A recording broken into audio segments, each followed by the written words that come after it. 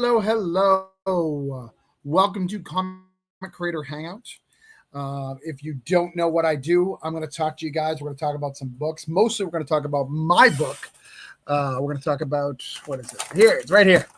I'm a mess. Oh my God, things are falling. We're going to talk about CTHULHU Invades Fairy Tales, but we're going to talk about Volume 2. I have some creators from that here tonight. I have some other people. Nothing's working. I don't have my lights on. I look like crap. My hair looks Wolverine-ish. Look at what's going on here. But we're gonna make this shit happen. It's gonna be great. We're gonna have a good time. I'm still eating dinner. It's 9:04 here at the East Coast. I'm still eating dinner.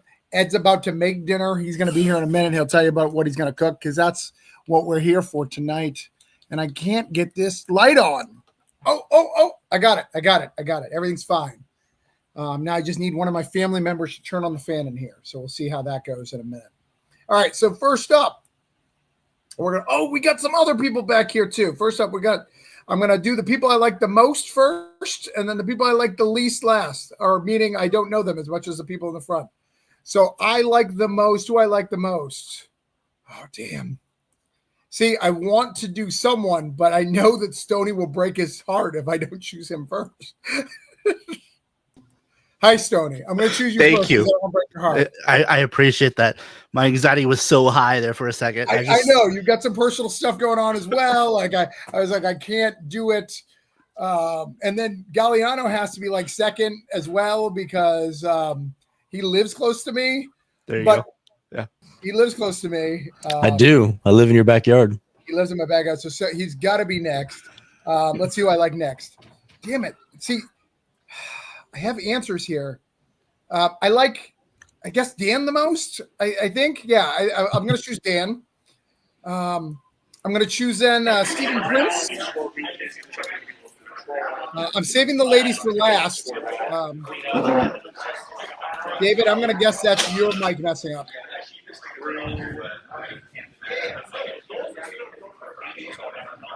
All right, everybody mute real quick. Oh, maybe it's not David. Or he fixed it. Steven, turn on. No, it's not me. Yeah, it's you, Steven. It's me. All right, I'm gonna keep mine down until because I'm in a comic book store. I see that. Because my kid is doing the Disney Lorcana game. It's gonna get quiet soon. But I'll turn it down until. Okay. All right. Hold on 1 second.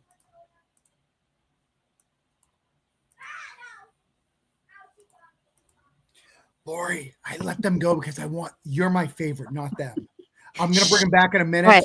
We won't tell them. I wanted you to know, like, they can't see us because they're back there. Oh, that's right. They don't know. And you're in your real house now. This is crazy. I know. I'm letting people actually see the house. Yeah, it's crazy. It's crazy. All right, we're back. Okay. Jay, I really like you the best. I know you had me worried for a second. Yeah, no. You know, I'm shivered here, buddy. Fuck those guys, really. I don't even like them. I don't even know who they are. Like this guy, this Hyde Herman. I don't even know who he is. Like, look at him. He's an animated character. I don't even know what's happening. And Ed Davies, he's pretty good. I like him, but he's in California time. There's no real people in California. Now this felt like elementary school kickball. I'm like, shit, last pick. No one wants to be picked last, so I picked. Man, I was the one. I was like, fuck that guy. He can't kick or run. I want to be in the middle spot. All right, we can do that. You want the Brady Bunch spot? Yeah. I want to be in the Brady Bunch middle. Let's see. How do I do that? You just grab it on the screen and move it. Can you do that? I like it. I like it like this. You know, it's very like the problem is it clicks. If you click on it for a minute, it like goes to remove. So you gotta like doggle. Hold on. It is not cooperating. I see how it is. What an upset. Hold on. It's not cooperating. Why is it not cooperating? It's so weird.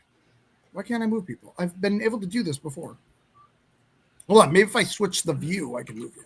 Oh, that works. Yeah. Oh, wait. I figured it out. You figured it out? Yay! Did it. Nice. So we got some comments here.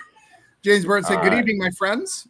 James, why aren't you in this version of the book? Why aren't you in Cthulhu? Like, it's crazy. Better Than a Car.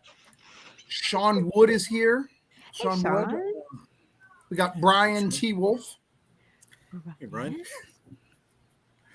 Like, I don't know what his middle name is, but is it Brian the Wolf? Like, Yeah, It's Brian Tiberius. Tyrannosaurus. Tiberius. That was my first thought. Yeah. Tiberius Wolf. Mhm. Tyrannosaurus. It's Tyrannosaurus. It was Taco. Taco. Taco Wolf. Taco. I like that. Taco Wolf. Oh yeah. So how was Taco everyone sounds doing delicious. tonight? Yeah. I mean, I'm doing great. I'm getting to hang out with some of my favorite people in the world. So, Oh, like, oh, I love you, Stony. yeah, I like that. Wait, we're new though, but I mean, we're favorites already. absolutely. Yeah. Wow. That's I'll take that. He amazing. got I'll picked take that, for baby. me, so he Rock likes and roll, everyone. brother. Jay, Tony's his the name number isn't one Stony draft for a reason. I mean, I'm just saying. But let's go around the room, introduce each other, and allow me some minute to finish my food here. It's some sort of chicken ravioli. I don't know what it is, Rodney. Like, Rodney asked what it was. I don't know. It's some food. It tastes good in my mouth. It's fine. Sounds good. James, I wanted to be. I'm getting on a story. Yeah, just do me a pinup so we can make sure you're at least in there a little bit in spirit, James. Anyways, let's go around the room, introduce who you are, and then we'll go through all the cool stuff. We're not pitching right now, just introducing who you are. So we'll start with Jay. Jay DeRosario from Unstoppable Comics. Been making books since 2008, and happy to be hanging out with everybody. Simple. Stony. Wow.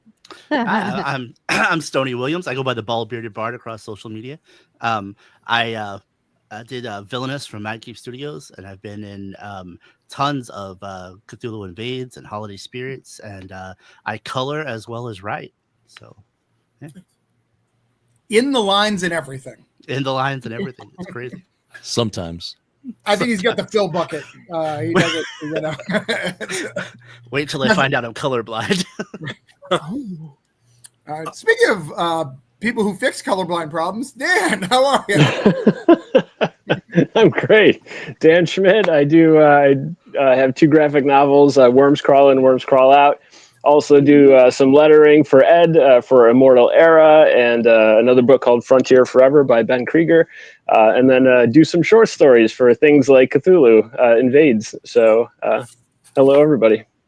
Yeah, I think this book, Dan. So I have a rule of you have to be in. I think it's 4 books to get yourself on my website. I think you've made it officially to the website now. Hey, that's great. Because you did a pinup and you colored a pinup in one, right? Or you helped did a pinup in one as well. I think I did a pinup in Oz. Yeah, exactly. Okay. So I think you're good. You're good, yeah. Lori, in your house. In my actual house. That other person moved in that I showed you the other day. You moved out. Well, okay. So I was in an upstairs room in our house. It was my kids' room. This was the guest bedroom. So that's why I always had the green screen on, is because her dresser was behind me with all her kid crap. Right. So it had to be a green screen. It was never clean, but I gutted the guest bedroom. This is a Murphy bed behind me, so I can now build my office in this lovely room. So I can get rid of that green screen because it was like eating up my hat. So it's like half of me wasn't there most of the time. So, but I'm Lori Calcaterra. I'm writer, creator of Path of the Pale Rider. I also write short stories or creator-owned books such as Psycho Sal and Cthulhu. And I wrote a short for Big Dog Inc. For their BD14. So I write the things. Sometimes I letter the things. I really like the dead things. That is all. There was never a piano. No, and not even an Elton John either, because sometimes I would say Elton would be here to play Rocket Man for us later, but no, sadly, that was all a dream. You do the old Jimmy Kimmel thing, like Elton John. I'm sorry, we had to bump you tonight. Yeah, we had to bump you till next week, right? And Matt Damon. So, crown, get out of here. You're not getting my crown. Dream on. Harassment. I claim harassment, Brandon. All right. Ed Davies, also in a new location. He's normally in the kitchen. Really? He is. I No, was even there. Been my spot for a while. You've missed it. But yeah, I used to do it in the kitchen. I had to because my wife was like, you got to take that. If you're going to keep doing so many podcasts, you got to take that shit into your office. So there I am, in the office. Yeah. And yeah, I'm the creator of Finish Line Comics. I write Immortal Era and Corruptor. Dan letters them. And then Dan and I have a new project coming out soon. So cool stuff. Little one-shot horror story. Nice. That one sounds like fun too. I like that. All right. Steven's taking a walk with us. I was getting Are we going on a away tour? from the noise. Ooh, Charlie's getting excited tonight. Who would I need to back? All right. Me. I got you, sir. We got you covered. Don't worry. All right, Steven. All right, Stephen Prince. I'm the writer, creator of Monster Matador, and I dropped the ball in submitting for Cthulhu this last one. Hopefully next time. Just got back from San Diego, and I'm exhausted. And the Kardashians are the second I get back, Travis, they're like, pool needs to be cleaned. It's nonstop. I'm so sorry. I'm so sorry. Based on, celebrity dying so much, though, at least you got one that's still alive. They're just dying left and right. Kardashians are next. So That sounds like a threat. We're coming after you, Kardashians. Especially you, Chloe, because you're the only one I know the first name of. Oh, Lord. What's a Cthulhu? David Galliano. Tell people who you are. If you want to know what a Cthulhu is, you have to pick the book up. That's how you figure it out, right? So I'm David Galliano. I wrote for Mad Cave Studios on Savage Bastards. I've written a lot of Cthulhu stuff for Travis. I've done some stuff for Second Sight and a couple other little pieces here and there. I'm just happy to be here. I'm trying to get my beard on that Stony level, but it's just never going to happen, is it, Stony? I was going to say something like we need to put them closer to each other because I don't know. My OCD feels like I'm putting people in. Don't do that. It'll be too distracting for the audience. Because Tony and I we'll be trying to kiss each other. On the opposite sides. Yeah, there we go. We'll be trying to Where'd he go? Yeah, he just disappeared, just like that. Yeah, he ran away. He was so mad about that comment. See, Steven's right. He was very upset about the beards. Yeah, I didn't want to bring it up because you were speaking. I didn't want to say my bad. Steven's been trying to grow a beard his whole life. Oh, is that it? Oh no, he just can't. And as a man, it makes you feel less manly if you can't grow a beard. So look, I mean, no beard, just embarrassing, and he had to leave. He was he's back. I needed a timeout. My bad. Was it your turn for Lacana? You had to do whatever you do in Lacana or Lacana. I don't even say it. I just had to. I was trying to push some hairs out, but nothing happened. He was concentrating very hard. Yeah. Last up, we've got Hyde Hermit Studios. I have no idea who Hyde Hermit Studios are. I have no idea who this cartoon person is. I do know fezzes are cool because I watch Doctor Who, but that's all I know. So, hello, I'm Dallas Hoiston. I'm the co-founder of Hyde Hermit Studio, and I'm just here to basically promote our hermit crab, Hyde Hermit Crab. Okay. Can you send me a link in the private chat so I can? I did. Okay, awesome. All right. I almost said crabs are cool, but I didn't want us to get in trouble. So early in the show. Yeah. I don't worry about that stuff. If I get demonetized, I wasn't making money anyway. So it's oh, you either. I do make money on Facebook. So if anybody's got those fancy stars they want to give me, I don't know how it works, but you can give me stars. I get money, I think. I don't know how it works. You just hit, and some people have free stars. Some people don't have stars and have to pay money. I don't know how it works, but I'll take stars. I don't want to brag. Because it's ladies there, but I make between $29 to $39 on Kickstarter every month just by posting. On Kickstarter? On Facebook. Sorry, Facebook. I make a lot more. Facebook. I can't seem to break the 40 mark though. Like $40, they're just like, no, that could have. You and your wife could eat if you have $40. 2 for $20 at Chili's and 2 margaritas, we can't give you 40. So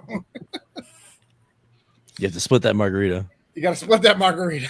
Aw, You got to so get the sad. 2 for 1, but only Fred. everyone's getting only 1. And that's embarrassing. What's So, up, Fred? Fred is the person I leave the most on red, so I'm glad he's here. Hey, Fred, do you have any stars? I'd like some stars. Try to send me stars. Now I'm obsessed because someone said that demonetization. I want stars. Someone give me stars and tell me if it works, if it shows up on screen. I want to know. Do you want that in soup format? It's on Facebook. Yeah, I'll take some star soup. Yeah. I feel like you're channeling your inner Mario right now. Like, I need stars. I need stars. These you know? stars. All right. Now you made me break the subject. Here's something that I learned recently, and I want anyone to tell me whether or not I'm wrong here. Yoshi is 100% a Pokemon. Let me explain. They show up in the same eggs, right? The same eggs that you get in Pokemon. Same things. They may be slightly different color. It's for $1 to get 99 stars. Huh. Oh. What does that have to do with Yoshi? All right, hold on. Sorry. All right. He's a raccoon. He saw a shiny thing. That's Yoshi evolves. He evolves from the small little thing to a big one. Yeah. Just like Pokemon, he can only say his name. I thought he goes yum yum yum yum. Like No, he that. just sticks his tongue out. But he goes Yoshi. All right. Yoshi. Yoshi. You're right. You're right. Ah. Yeah. So tell me he is not a Pokemon. He fits all the criteria as far as I'm aware of what makes a Pokemon a Pokemon. I think you're right. Do they ride Pokemons or do they just put them into balls? You can ride. No, there's some of them are big. Yeah. They ride them. Some of them are big. Okay. Yeah. If they're big enough, they ride them. Yeah, Fred, on Facebook, I- on a video, you can give stars. I don't know what it means, but I want some. Give me all your stars. I like how we have to pretend like we don't know what Pokemon are. Like, are You're they big? Are they? Can you ride on it? We have to So- pretend like we don't know so Pokemon. Come on, guys. Come on. My kids watch Pokemon. Like, can you name me any Yoshi's like power moves and who's his trainer? His power move is Mario That betrayal. means Trainer. nothing. His power Mario move He is gets betrayal punched where in you the head jump a off lot him. by Mario. There's a bunch of Pokemon that do nothing. There's like a fish Yeah. one that's just a fish. Yeah, that's Magikarp. That's Yeah. Magikarp. He becomes awesome, though. Yeah, but Mother- no, he's just a fish. But Jay, can you ride them? what are you doing here, Jay? He's big enough. Charlie wants to give money. Hold on. Charlie wants to give money, and you have just a notification of action figures. What is happening here? Oh no, that's one of them. That's my Oh, previous. you think you're so good you get 2? Yeah, fuck yeah, baby. We out here. We're working. We're hustling. We're hustling. Well, this one was first. So tell us about this one real quick. So we All right, can- so I actually got the crazy idea to make action figures. I love them. I've been trying to work on them. We are at Joe Fest promoting them. We had them with us, the prototypes, and if I can pull it out, then I won't get kicked out of the house because these were pretty expensive to produce. So helping them get funded will keep my marriage healthy and successful. So it won't feel like a waste of money. But this is based on the marquee book that I got going out, Shield of the Interceptor, which is also the book that's currently going on, and we're spending some of the figures off of the books that have showed up in the books. let me get that. You got to make one of those commercials Let me like get from that. the But hold 80s on. with the kids playing with Like the figures that's a and blowing lot up. of pressure to put on the rest of Mhm. us. Hey, I'm gonna get a divorce if you fuck this up. That's not Bro, listen, I'll take anything I can. You know what I'm saying? I feel like that's a common thing with JD. He's always like, my wife, she doesn't, she's gonna kick me out. And I'm like, Yeah. I got to show and make money. You know what I'm saying? If I can't, he's been It's kicked always out only 3 comics. times already. no, twice. Oh, okay, only twice. Sorry. This will be the All right. 3rd time. That's what I meant. Tell us about this then. Okay, so Shield of the Interceptor. It's my marquee character from Unstoppable Comics. And imagine if there was a shield that was supposed to be paired with the sword Excalibur. But it was lost till time, and the gentleman who found it is now being hunted by everyone who has ever searched for it. So he's not a hero as much as he is an unwilling adventurer. We've got gifts for returning backers. Doesn't matter what project they've backed from me before, they automatically get a holochrome trading card. We had an early bird reward. If you're not a previous backer, and if you didn't get the early bird reward, you can still buy those holochrome trading cards. You can add them on individually, or you can get the whole trading card set. Use some previews. There's stretch goals, and these are the books. This is issue number 6, and you can get either this one or the other 5 issues if you want. Action, adventure, a little bit of fantasy, and right now I'm taking him. For anybody who's of Puerto Rican descent, there's this big statue, the head of the statue carved out of an old chief in Puerto Rico, and we dive into that backstory. So I'm throwing some historical fiction into this as well. All right. So I shared it out. You're at 92 backers, 52 backers. Thanks. Yep. So let me write you down real quick. Let's see if we can get you some more backers. That is some beautiful art, JD. Where's my pen and paper? Thanks, man. I appreciate it. So we got covered by Larry Toussaint, and the interior art is from regular series artist Andres Barrero, who's been doing a lot of work with me, not just Shield of the Interceptor. He's done some of my other books like The Zombie Story, New York versus the World, and that's my man. You dance with the one that's brought you. So we're rocking and rolling. But this cover is badass, and that eyeball guy, his name is Eyeball. I love the science of the old He-Man naming villains, right? Little pun, little tongue in cheek. So he's up there, and we're debuting him and a few other of the demons, which also ties into the previously shown action figure line. Nice. All right. Well, I've shared it out. I appreciate it, buddy. Guys, he's at 52 backers. We need to get him at least a backer tonight. Hold on, let me get big so I can explain people because they don't know. They don't know. So everything's slow over here. My internet's not great. So everything is a little slow. All right, guys. We're here to get you to back shit. We need you to support. I don't fuck around. I don't pretend. JD's a great creator. He's done a lot of books. He's on issue 6. If other people are buying it, or he wouldn't be on issue 6. All right. The links and thing, just buy it. Oh, I haven't given you the link yet. I'm sorry. I gave you the action figure link because apparently he thinks he can get 2. But I'll give you the link and just go ahead and give him a couple bucks. Try JD out. He's not the best JD in comics. But he tries really hard. We got to change that. I need to be the best JD. There's only 2 of us. Come on. No. Why would you say that out loud? We bust chops all day. Calderon, no. That's my man. That's my man. But I will kick him in front of a bus if I can. Don't forget his marriage is on the line, and so let's yeah. Well, for the figures. Keep him married. Come on now. And I think Charlie just sent me a private message. He said he should have waited. So he's been backing people already, showing people some support. So yeah, he has definitely. Definitely. Yeah, David says you look like you're in the '90s show with that grainy close up. Yeah, sorry, man. I don't know what's going on my internet. It keeps having blips for whatever today. I'm here for it. All right, next up. And next up, who we got? We've got Ed Davies. Tell us what we got here, brother. All right, so we are now running the campaign for Immortal Era 1 through 11. So this is our 11th issue of the series, and the basic premise of the story is it's a world set 200 years in the future where everyone is mysteriously gained immortality. But with their immortality, they didn't get powers or abilities. They still age, still get sick.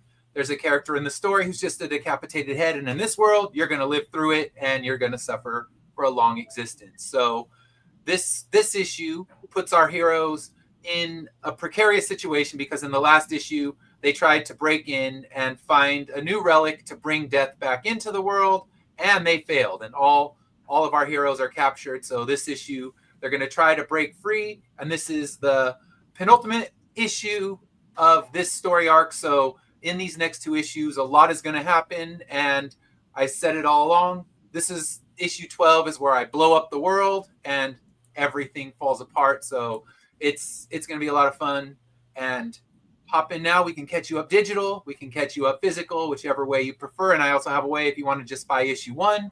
You want to dab, you're not sure you want to jump in, you can buy issue 1 digital or physical and see if it's for you.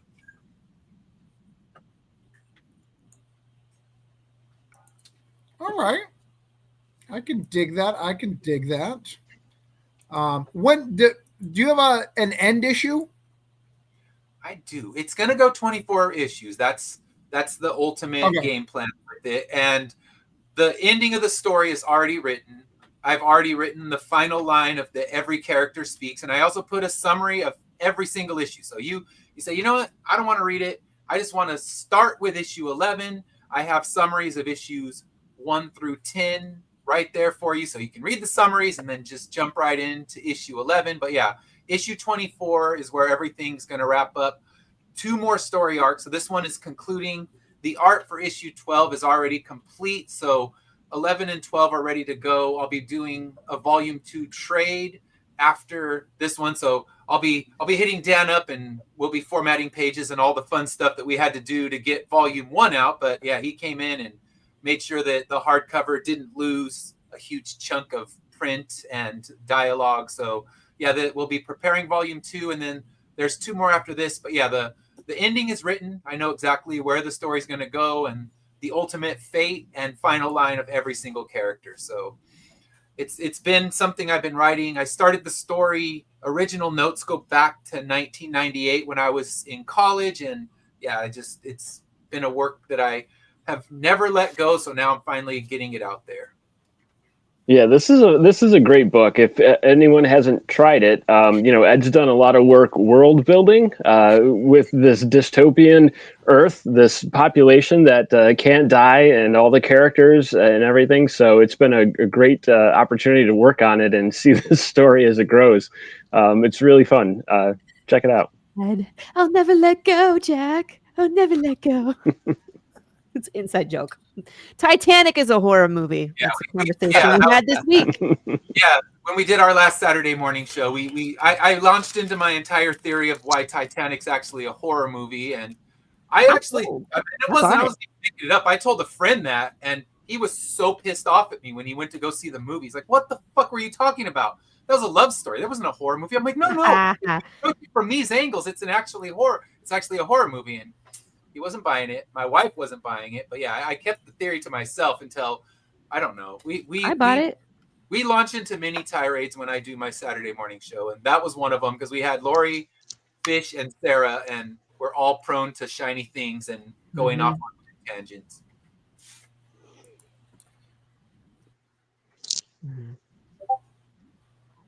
I will say, even if you didn't read his book, you can always buy the slab. He has these in like pristine condition.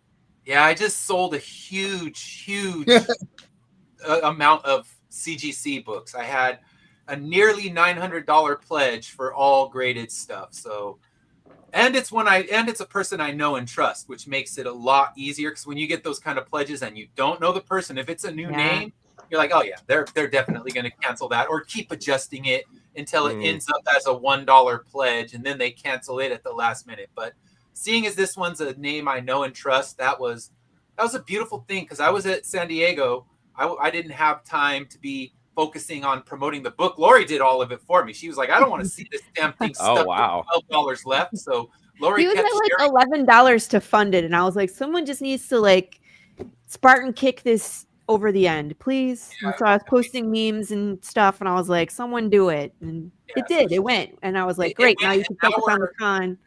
We're 300 over, so we've actually surpassed what issue 10 made in its full campaign.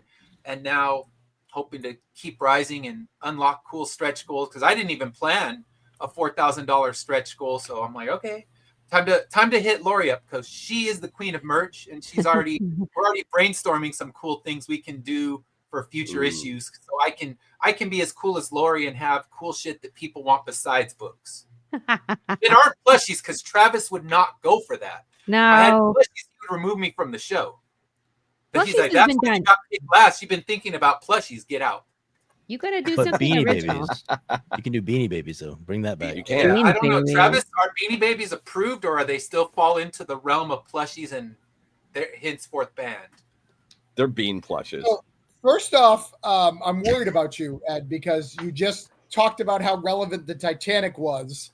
You mentioned 98, and you just asked me about Beanie Babies. So I'm really worried about where you're at in the world more than whether or not they're acceptable. Stuck in the 90s. That's all I can think Hi, about. No, Gary. I wasn't saying Titanic's relevant. I'm just saying it's a horror movie. It's not actually a romance. And if you can see it the way I see it, where in the end, Rose is put into a purgatory because she destroyed her family's legacy by dumping the heart of the ocean into the water, it's actually a horror movie. And she is entering the ship and is going to have to relive all of the terror over and over again as penance for how she destroyed her family and dropped the heart of the ocean in there, fucking over her entire next 3 generations of family members. So yeah, Titanic's a horror movie. Rose is in purgatory. She will suffer for an eternity. I understand you're upset, Ed.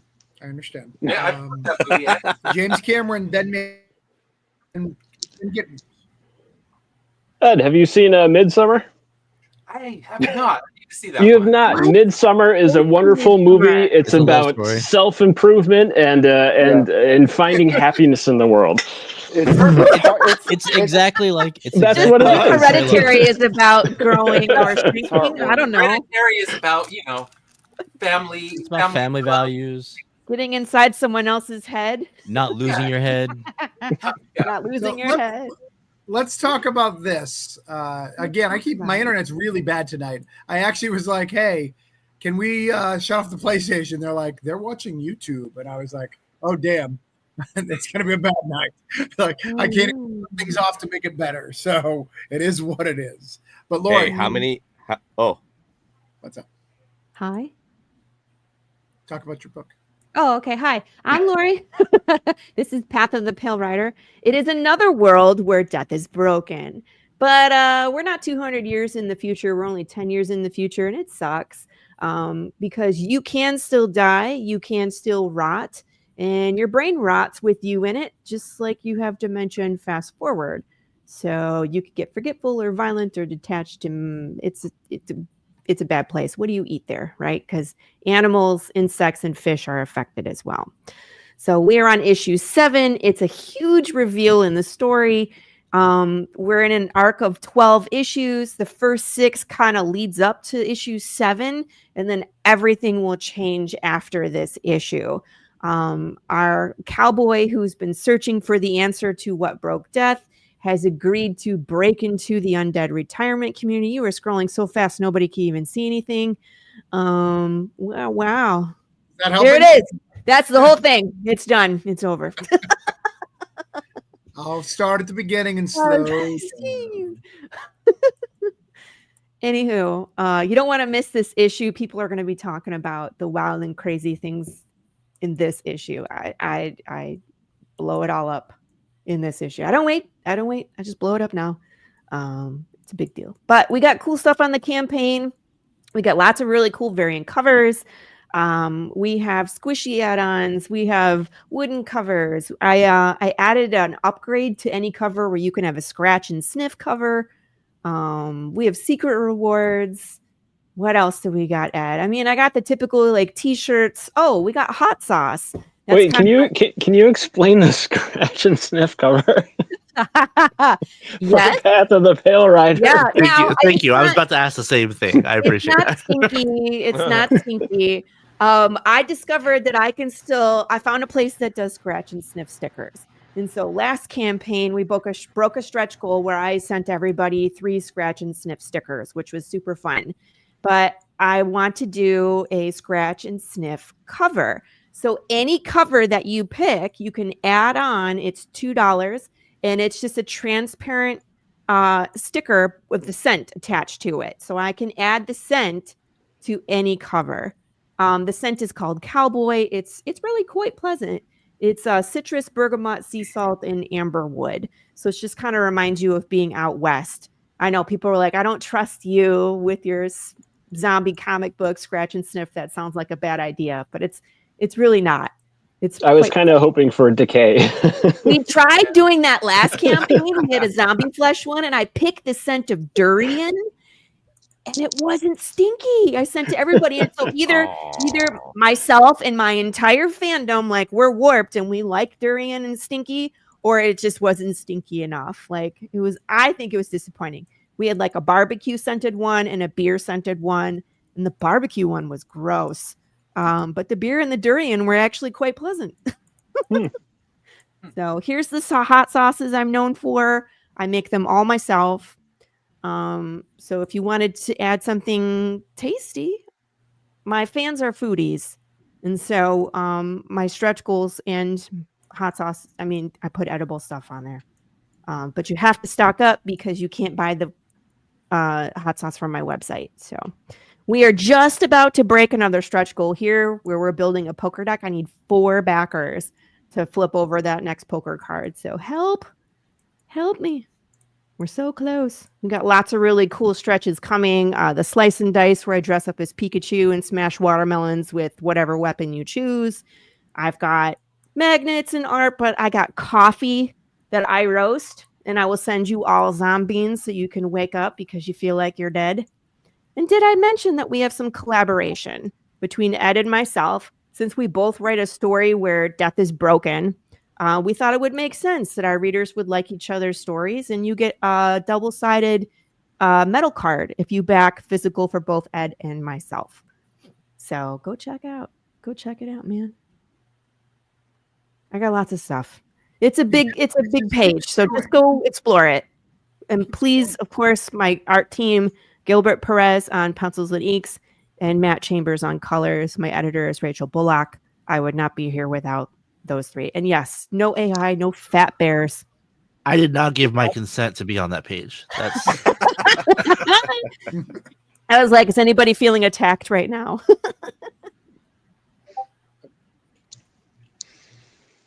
What's this, JD? I don't remember what I liked more about Ed's horror treatment of Titanic or Lori acting as Ed's hype man. We've been hype manning each other for the last. Well, it's what happens when you collaborate, right? Yeah, it's great. Yeah. Even my brother, who doesn't pay any attention, he's like, "Yeah, I saw you on a show, and you two were, you 3 were launching a book and getting all hyped." And then he was mad at me for our fish assessment last night. Oops, then, that was my fault. Oh, but then here's what he said. Well, to be fair, I've never seen one of their shows sober. So I'm like, see, see? That's what I said too. You can't be sober and enjoy fish. You got to be fucked up, and then it'll be your jam, literally, and you'll enjoy it. And if you're fish fans in here, I apologize, but they suck. But I don't actually apologize. We were gonna bury them in the graveyard below. I gotta tell you, Ed, you need to calm down. Like, what is happening? Like, sorry. I like getting Ed all riled up. He's funny. He's riled up. I spent 2 hours, and most of it was on tangents. So let's talk about Kate Bush. No, is this what happens when you do a campaign and it's not school season, so you're not teaching anybody? Like, no, yeah, that's school starts tomorrow. So I guess I'm just in a grumpy mood because summer's over. Yeah. For me, at least. I mean, it's still hot as shit and miserable, but the good part of summer's over. All right. Let's get Steven up here. Let's see if Steven can talk. I apologize, by the way. I can barely see shit on my end, so I just hope that you guys can see things. Gotcha. I was like, why are you scrolling so fast? Slow down. It'll all be good. But did I get any fucking stars yet? Zoom mode. Did anybody give me any stars? How do you I get didn't see stars? any. I don't understand. I don't know how to get stars, but I want. Buy the stars, and then you give you the stars. And I think you get like 5 I don't think you gotta buy them. I think you buy them for yourself, and then you give 99 cents, and then you share them out, and you get for each one people give you, you receive a nickel. You've received almost $40. I've received a nickel in all of my Facebook times. Wow. I want your stars. I want your stars. All your stars. Travis, because I never even cashed in my nickel. It wasn't worth it. Okay. It's still sitting there. Yeah. So, what the hell is going on? We got 100 backers over here. Who are we fighting now, Steven? So this is picking up off of our last miniseries, Once Upon Some Monsters in Mexico. The Monster Matador is dead. Long live the Monster Matador. His daughter has been captured by his nemesis, Nacho Lobo. We have these chupacabras that are sort of that are the big monster in this one. and there's a big battle about to happen for Mexico, basically, between the luchadors are coming with an army and they're going to fight Nacho, and I can't really spoil too much, but it's kind of the penultimate chapter of the saga that we started when we started Kickstarter. But every miniseries can be read on its own. We have a great cover by El Cartoon, and we have another amazing cover by Orlando Arocena, who goes by Mexifunk. If you collect steelbooks, you'll know his work. He did graffiti promo art for Daredevil Born Again. He's one of the most in-demand artists right now. These are some pages from the book before it gets into spoiler territory.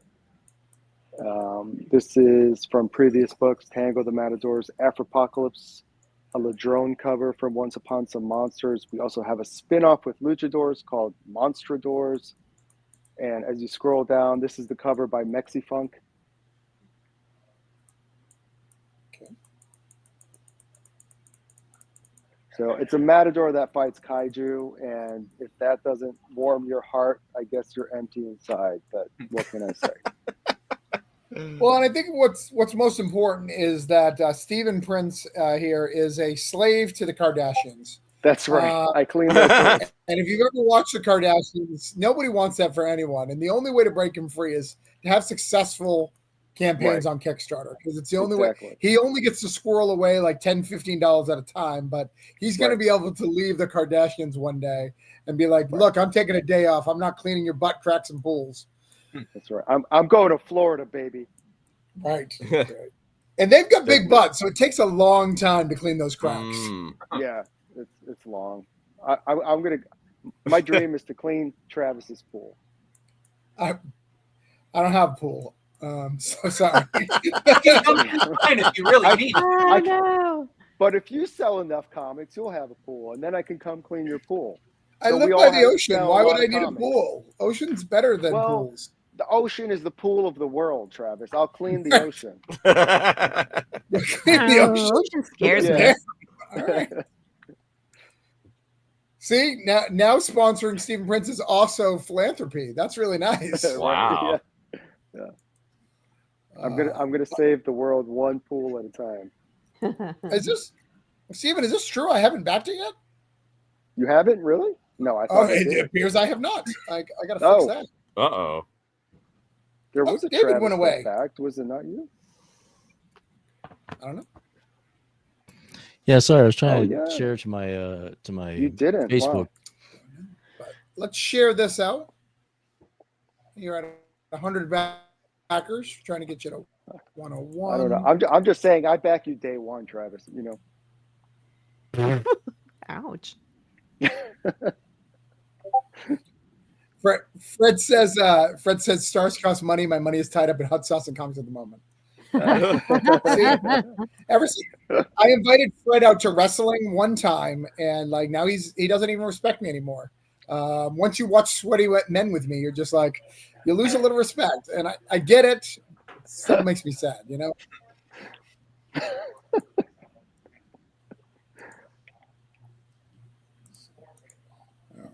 So let's get that shared out. All right. We're going to try to get you one. All right. Guys, I know that you can barely see me. I know I'm grainy as F, but we've sent a lot of books your way. We've sent a lot of links. So we need you guys to give me stars. I mean, back other people's books. Get the links. Fling them nickels. But mostly stars. I think if you could take anything from today, it's it needs stars. No. Back some books. There's a lot of good books here. That's a lot of good books. All right, let's see what Hyde Hermit has. Hyde isn't even the person who I invited. This whole thing is. I feel like there's a villain in the mix, maybe. So we'll see what happens here. Yeah, because I think I put the. Did you guys lose me? You were choppy, kinda. but you came through. Okay, all right. Oh. Cool. Let's get Hyde Hermit up here. See if Hyde Hermit's a real person or it's a lie. Yeah, I am a real person. Definitely real. There we go. What is going on here?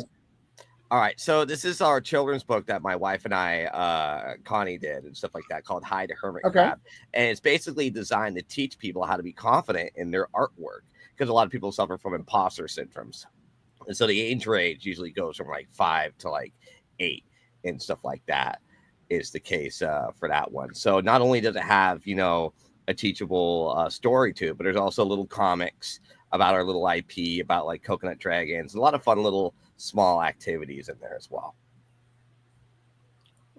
And Hyde apparently goes miss.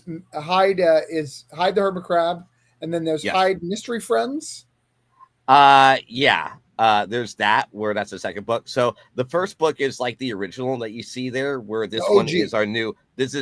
And then the one on the top is our new revamp version because we did a lot of R&D going to libraries, and we both realized that children like bigger books. So this is a soft cover for this book, and so we're kind of raising funds to make this into a hardcover, so that way we can get that into the distribution of libraries and schools. Okay, all right. Well, that's good. Does anybody have any questions about Hyde the Hermit Crab? There's not a lot of images here, so I can't really show it. But if anybody have any questions, I have it in my classroom. It's in my 3rd grade room, so the Oh, kids all right. enjoy it. Yep. We were also Anytime I've got a good kids book, I always buy it up and put it in the classroom. So this one is in my class library. Yeah, we recently did finished doing San Diego Comic-Con, and so we were selling it over there as well. Yep. Nice. I had to set up the class, so I put it right in there, and the kids love that. So yeah, even my 3rd graders support indie. Yeah. Do they like the coloring pages? I'm setting up the class. I don't have students until next week. Oh, okay. It's in the library, but it hasn't been consumed yet, so that'll be next Wednesday. Yeah. You should get a shell. The kid who reads it gets put in the shell. Maybe it's a punishment, maybe it's a reward. It depends on the kid, really. You don't know where they're going to land on that one. And seeing as I want to stay employed, I'm going to skip the shell. We'll see. Hyde, have you done ALA or no? Yes, I have done ALA many times. Oh, okay. I'm usually in pro row. What is the school ranking, Ed, for California? How you guys do? Out of School 50? ranking? For my school? Or no, California. Where does California's education rank? I don't know. It's never great. It's worth a Google. Okay, hold on. You guys are all leaving for a minute. I got to address something with you. All right. He's got me enraged. Okay, hold on. All right. David's like, why am I here? Okay. David, Ed, help me out here. Yes. Ed, you can tell me some bullshit story about the Titanic for 4 fucking hours on this podcast, but you can't tell me the education level of the schools that you teach in the state that you teach. I thought you meant like where do we rank statewide? Where does your state rank? I'm gonna look it up. I know where All right, Hyde, can you get him some more children's books because he apparently needs them. He doesn't know. We just get yelled at about test scores all the time. So it's just like we're demoralized from the day we step foot in the meetings. Like, all right, we're told exactly how shitty we are. I'm gonna guess because you don't know how well you're doing. You're not doing very well. It's not good, Travis. I know where Oklahoma ranks only because we recently got updated on our ranking. We are now 50th. Okay. So Wow. We're all right. So out of how many states? Google search gave me the answer. California ranks 30th. As I said, we're shitty, and I was aware of that.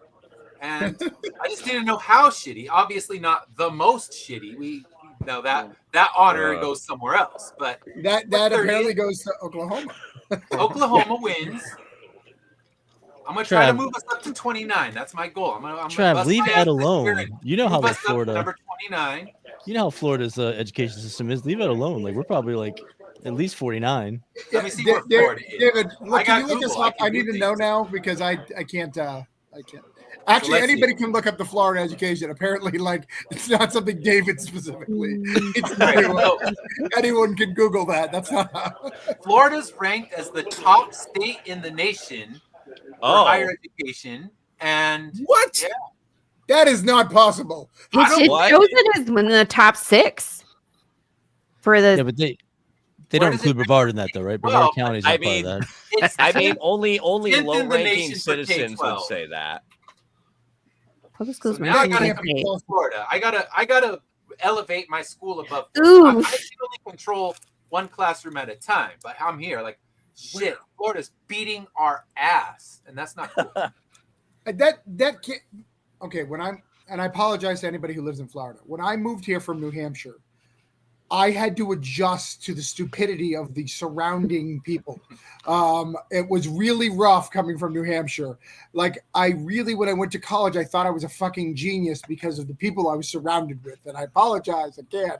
I was a C-level student. I was not smart. This can't be right unless things have drastically changed. Google might lie.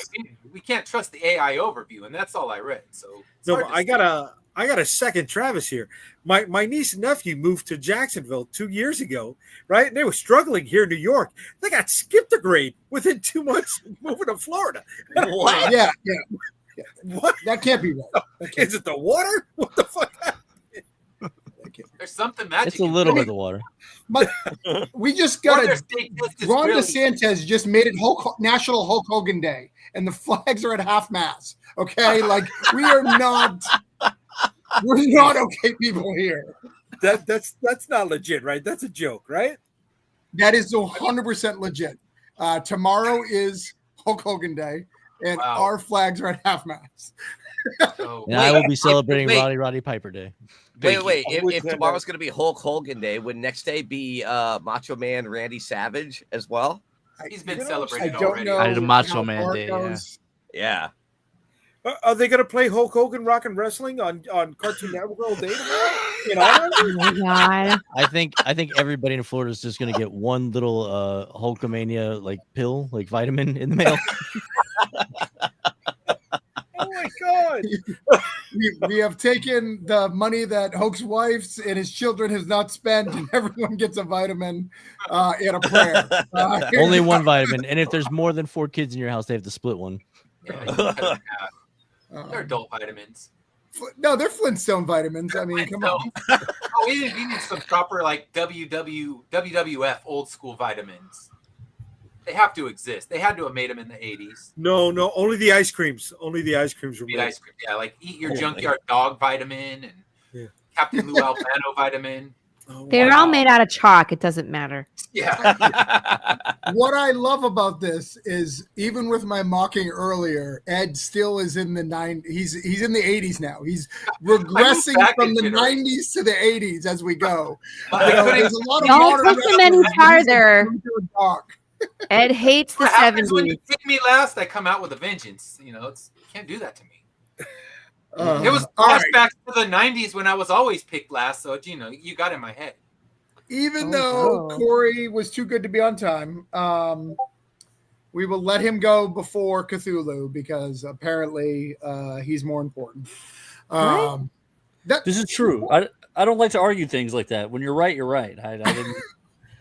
Hold on, Corey. Beard What are check. we talking about right now? Pull back a little bit. See that beard? Okay. All right. You can talk. Wow. This is I actually trimmed about 1.5 inches, 2 inches off. Maybe 3-4 weeks ago. Had some family stuff. Had to look less homeless. So I shaved this morning. It was. I tell people that. I like to say that. So I have a Kickstarter going right now. Obviously, just like most of us, I assume. I am late to the party today. I apologize, and thank you as always, Travis, for having an awesome show. The book that I am pitching and hawking here is DMA, the Department of Metahuman Affairs. It's very much I was a 90s comics kid, New Warriors, X-Men, Claremont's Run, all that stuff. That was I loved all of that. My favorite thing about that moment in time, though, was as fun as the action was, the characters were kind of important too. And so that's what this book is about. It's in the first few pages of issue 1, you see the Avengers or the Justice League of this world get murdered trying to stop a bank robbery, and the government has to kind of respond. And so they get a hold of some heroes that they've got, some people with superpowers. They basically say, "Hey, you're the new Avengers," and they kind of have to deal with it. And that's what this book's about. One thing I do with this series, there's a lot of characters in it because it involves a lot of politics and stuff like that. So there's a lot of people. I do have one of the rewards is a cameo or naming rights kind of award, and it's been cool to do that because like I've got friends now who are one of them's the Speaker of the House in this comic book, but also it lets me do fun things like one of my buddies he has a kid who deals with albinoism.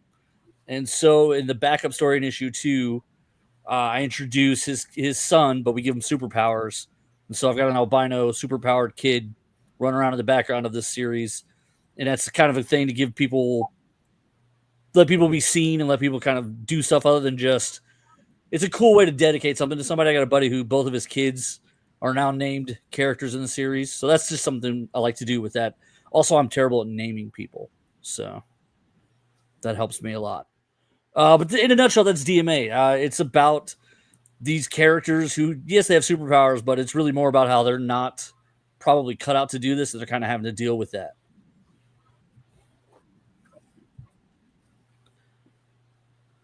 Nice. Corey, you don't know this, but my internet's not working great, so I didn't hear all of that. But I hopefully, could everybody else hear everything? He was breaking a lot for me. Yeah, it came out great. Okay. Yeah, I was getting nervous because I didn't hear much back, and I was like, "Oh no, they've booted me." Yeah, I know. I normally do a lot of like witty banter and stuff like that, but my internet's crappy, so I'm scared to do too much when people are talking. We've got it all here. I do want to comment. If you scroll back up a little bit, that 5. No. That I did. No, I am fucking hilarious, Corey. I am the big guy. I am hilarious, and I am so hilarious that I think that if you're out there and you want to give me stars to reward how hilarious I am, I will take Facebook stars. Again, I don't know what they do, but I want them. Yeah, Facebook has hit me up about monetizing as well. And the first thing they told me was like, get stars from people. And all I could think about was 3rd grade, like getting them on like the next to your name. And I was like, I don't think I'm supposed to get stars. Like, that's not what we're supposed to do. No recess, bro.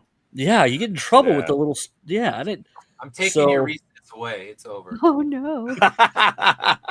Listen, I needed the recess. I'm a chubby guy. I needed the recess on multiple levels. So when they were taking it away from me, it was really just ruining me for the rest of my life. Corey, I just wanted to say, take recesses in California anymore. It's been banned. What's been banned? Taking recess away. It's no longer legal. Yeah. We're violating laws if we do it. So wow. I don't know, like letting kids run around for 20 minutes and then like bringing them back in. It does make sense to me. My sister's got 3 kids, and I've learned the more they run, the better they are to deal with later. They're more likely to learn that math lesson if they're tired out and not running around your classroom with the same amount of energy they do on a playground. So so I do see the merit of recess. Oh yeah. When I was a kid, though, I was like, can we get in trouble for these 20 minutes? What are we doing? Corey, I just want to say I put it in the chat too, but I was getting like very like Stormwatch vibes from that. It looked great. Thank you. I appreciate that. Yeah, I love Storm. Like I said, dude, I love the 90s books. So originally I was kind of saying to people, Claremont's X-Men run. That's not really true. The character part is very Claremont-y, but no, dude, I love the 90s. The Authority is probably my peak moment in comic books. The Authority Ultimates was where I was like, do comics ever get any better than this? And so like I liked the matching costume ideas when we first designed these costumes. The artist was like, well, what do they need to look like? And I was like, what if the government gave you what they think is a superhero costume? And he was like, oh yeah, I got that. I do want to say this little 5-piece that I made, if you scroll down a little bit, where all 5 of the heroes are in, that took me like you just passed it. Scroll up a little bit. That took me forever to do. It was almost a whole day in Adobe Express. And That's cool, though. it was everything I could do not to just lose my mind. Yeah. I'm not technically talented. So as I was building this, I've gotten a ton of feedback as I go through these Kickstarters, and I'm learning, I think, a little bit. This dog can learn some tricks. But yeah, one of them was like, hey, do more with like the pictures and the promo stuff. Man, that 5-piece, I swear I almost just threw myself in a river about halfway through. But we're still here, so. Am I the only person in this panel who isn't in the Cthulhu book? No, Yeah. I'm not. Okay. All right. You're muted, Travis. I'm just making you feel worse. I'm like, Travis, yep, you're it's just muted. you. Just me. No, I don't know. I'm just kidding. I'm not in charge It's here. one part special, one part worse. I can live No, either way. Corey, All right. everyone was here on time, and we talked about their books. We haven't even talked about Cthulhu yet. Well- and then I picked you because you were special, and I wanted to I make know. sure you felt special. Listen, I made sure everyone got their pizza, and now I'm here. And now And just so you know, I don't have any stars yet, and I'm number one that's- in education. Apparently, according to Yeah, somebody. Wow. I sent you What? stars. That's what that was. I wanted to see what would happen, so I sent you stars. What happened? That little comment that you pulled up, This? I had, yeah. That's not even anything. That's not a star. Go out to look at the Facebook page on the comments. There's like this thing. I sent you like Did it? 99 stars. And now he feels dirty. This I star do. looks. Very Yep, dirty. there's no star there. Oh my god. I don't know. I'm in StreamYard. I'm not on Facebook, so I don't know. Right? Yeah. It's all bullshit. Star, Steven, much like the Kardashians, the stars are a lie. I just want to point out that No. you guys mistakenly put me and Sony next to each other, so now I can kiss him. Oh no. Wrong way, both of you. Kiss, kiss, Maybe kiss, you went the wrong way. kiss. No, the other No, way. you Other go way, the opposite David. direction. Other There you way. go. There you go. Yeah. No, The other way. ah! Go the other way. No, Dave. I'm the other way? You guys are terrible at this. It's Turn the towards- opposite of It's what you showing want. me the different. Yeah. Go ahead. You guys go. Now they're gonna do. Yeah. Okay, there. Yes. There you go. Oh, so cute. Wow, tongue on the first date, Stoney. Jeez. Wow. That I escalated. just knew the educational programs were all trying to help the gays. Wow. This is what happens when the first state and the 50th state meet. I guess. Yeah. Dang. Okay. He's gonna teach me Anyways, something. thank you, Stoney, for the stars. I think they're very shiny and star-like with the nothing. It's like anyways. the Emperor's new suit. Right. Yeah. It's Your here. star-powered suit's coming in the mail now. The main event. This big Ooh. beast is here. Wow, way to make the other Kickstarter sound lesser. First off, have you ever been online with Pat Shin or Charlie Sticksy's White Ash and it's spinning like that, regardless of on day 1 or day 12? In fact, Charlie just messaged me in a private group. I apologize, Charlie, for watching and putting you on blast, but he was like, just so you know, I'm the most backed right now on Kickstarter. So Wow. Come on. Congrats, man. and Wait, I had Joe. to clarify, it's not all of Kickstarter, it's just comics. I was like, damn, you beating those Oh, games? that's awesome.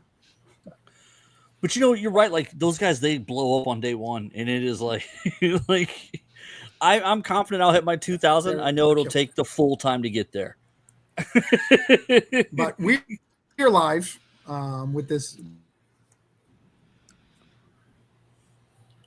We are live with this book. It's a very cool book. We just unlocked 350 backers. I got to give you a reward.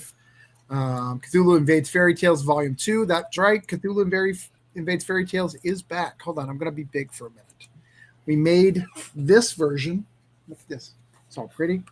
Some of my boys were in here. We made this. And then it's very nice. It came out. People have got it in their mailbox. We even got these cool metal bookmarks. Our metal bookmarks are different than they used to be. Look at them. They're nice. Oh, wait, hold on. I want to show you the other ones because that's just the same ones over and over again. There's 1, for that. That's nice. Oh, very nice. And then there's just one. That's very nice. And you can get these on the campaign. Ooh. Very You nice. said those are Okay, metal? anyways. They are metal, yes. Oh, all right. Fancy. Highly recommend. 10 out of 10. So scrolling. So we've got 3 covers. They're very nice. Look at all those 3 covers. They're very, very nice. Nice. Grim Fairy Tales, and we've got all these things and all these great creators. But I'm going to let the creators who are in this book tell you about it. Oh, and you can read 4 stories right now. In fact, the first one we're going to talk about is in there. Lori, tell people about your book based on Beauty and the Beast.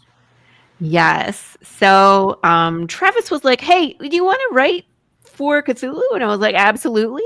He's like, I want you to do Beauty and the Beast. And I was like, I'm game. And then I made it into this horrific story. And it was a blast.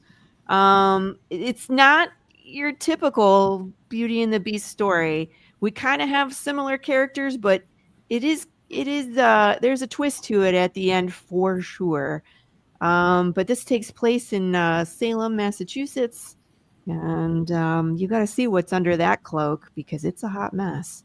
So I don't know. Fenrir is like more of a wolfy name, and Astrid is about the stars, the beauty of the stars. So it has that name reference. So kind of a beastie man and a beautiful girl, but what happens to them is a little bit different. So, but good, terrifying fun. We'll just say that. Is that good? And the secret for those who pitched for Beauty and the Beast and didn't get it is she was the only one who was like, "Hey, the Beast doesn't need to be Cthulhu." Okay? Yeah, no, he's not. That's the low hanging fruit. All right, guys. I literally got 5 pitches of that. I was like, "Come on, guys, come on." No, we're not falling in love with Cthulhu. No, we can do better. We can do better. It's way worse. It's way worse than that. So have fun.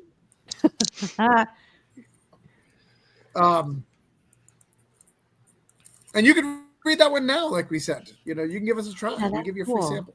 I like that frog. Stoney, you colored this frog. one. You colored did, this yeah. wonderful picture right here based on frog prints. I know you nice probably frog. didn't read the script because you just focused on, or did you read the script?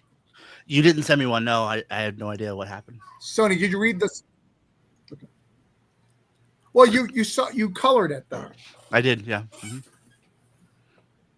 What'd you think It was a about lot of coloring fun. the frog prints? I really enjoyed it. The artwork was great. It was fun to work with.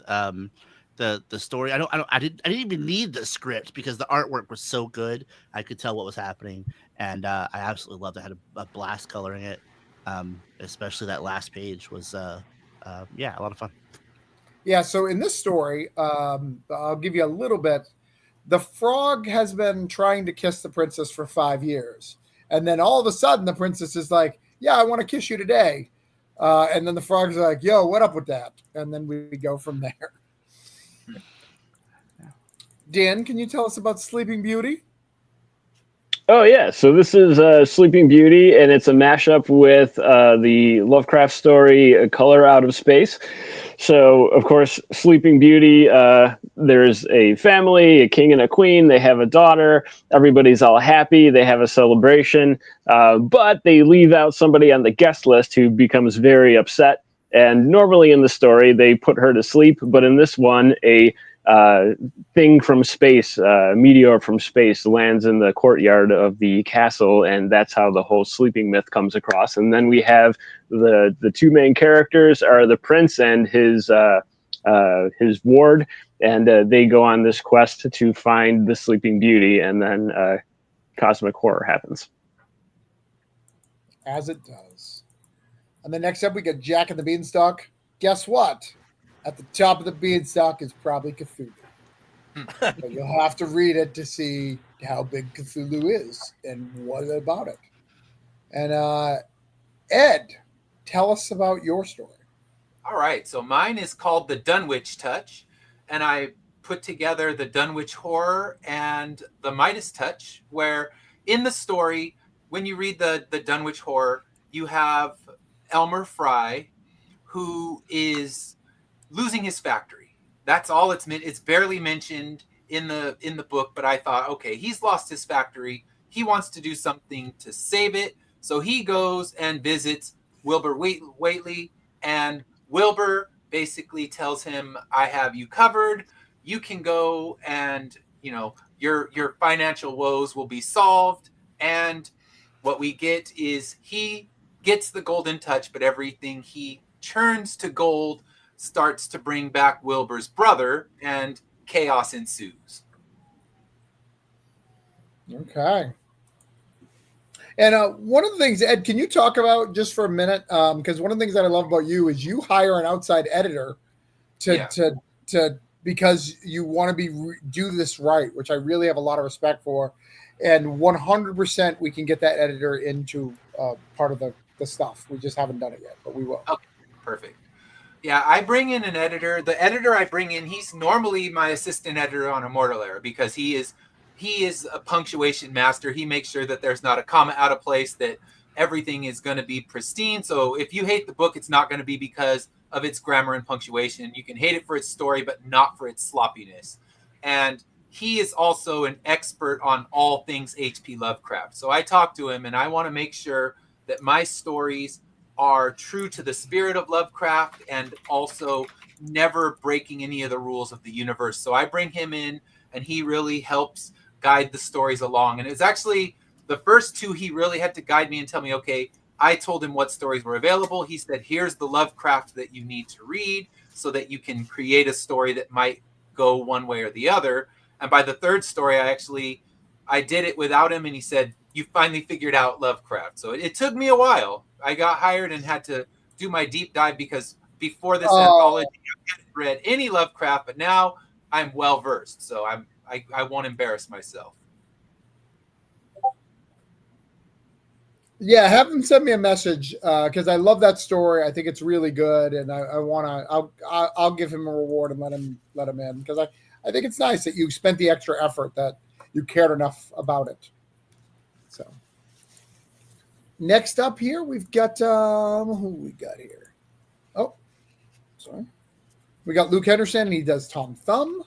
We've got John Wistoff, our great friend who does a Nazi and the Turtle. He also has a campaign live, Drumsticks of Doom. We have Joel Rodriguez doing Hans the Hedgehog, which is a wild story that I'd never heard of until this. We've got The Three Little Pigs by Jeremy Espinosa and Brian Wolf. And then we've got The Goose Girl, which doesn't have a lot of goose in it. Explain that to me, David.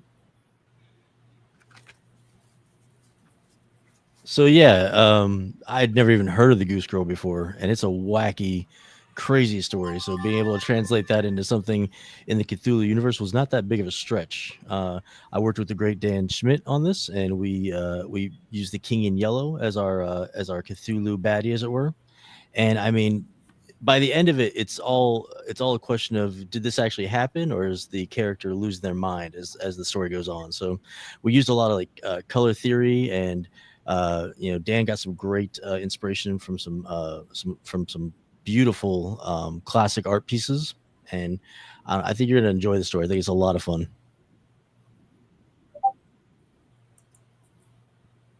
Nice. Dan, did you have anything you want to say on that? Because you did the art. You had a lot. Yeah, I know you talked about it last night on a different podcast. Yeah, I just think it was fun to do. There's, like you said, there's symbolism in it. There's art references from fine art. There's an interesting double-page spread of stained glass windows that kind of leads you through the series of events. So it's a very interesting. There's a lot packed into the 6 pages that it is. Nice.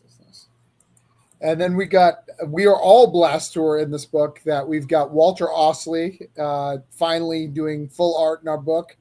Neil's a great writer too, but Walter Osley is here, and I'm excited about that. Sorry, Neil, I love you, but Walter. That's the secret to be in any mythologies. I'll bring Walter Osley with you. You're in. Baba Black Sheep is the one that I did. I did a very, very dark one with Kurt Belcher, which I think is cool. I'm a little biased though. We did the Tooth Fairy with Wesley Gift and Martha. That's also in the preview. We got the Musicians of Berman from Lee Newman's in that, and John Rugger. We've got based on the Doom Rider, which Lori, I got a question for you, being the lady in the house. Yes. Do you like full frontal male nude? In comics? Yeah. I mean, if it fits the story, sure. Because we're giving it to you in the Doom Rider. We're giving it to you. I'll make sure I bookmark it. Right. It's in your preview, so enjoy. Perfect.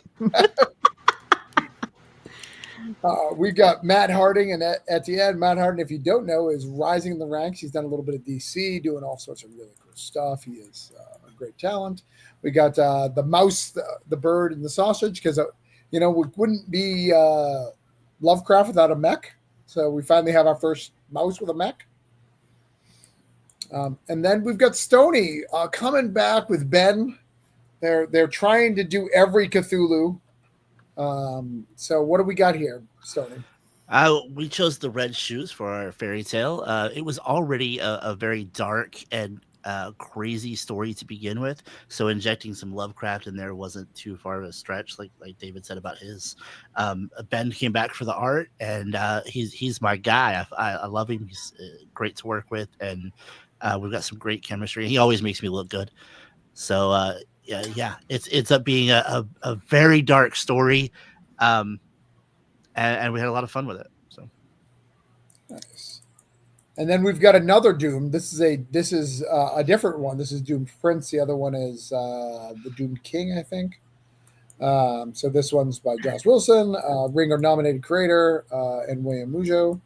Then we've got Adam Barnhart. Him and Michael do the Gingerbread Man, which is great. And then the last but not least, that one looks hilarious, by the way, with his head. Yeah, isn't he great? He's so cute. We got Lady and the Tiger with Jimmy Gastow and Josh. So there's a lot of good stuff. As you guys see, we've got Oz, we got Wonderland, we got Neverland, we got the first volume, we got stuff for days, guys. And then we do these cool signings and we take pictures. It's all nice. And then I do other books too. You can buy all those other books. All of this is available. So we got 358 backers. We'd like to get to 359. I'll write that down. But, ladies and gentlemen, we have gone through our first wave of stuff.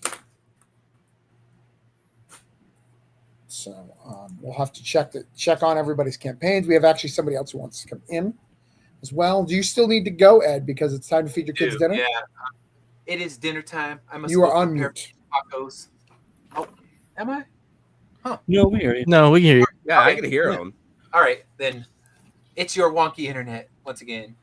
But Do you have anything else you want to say? I don't. So back Cthulhu.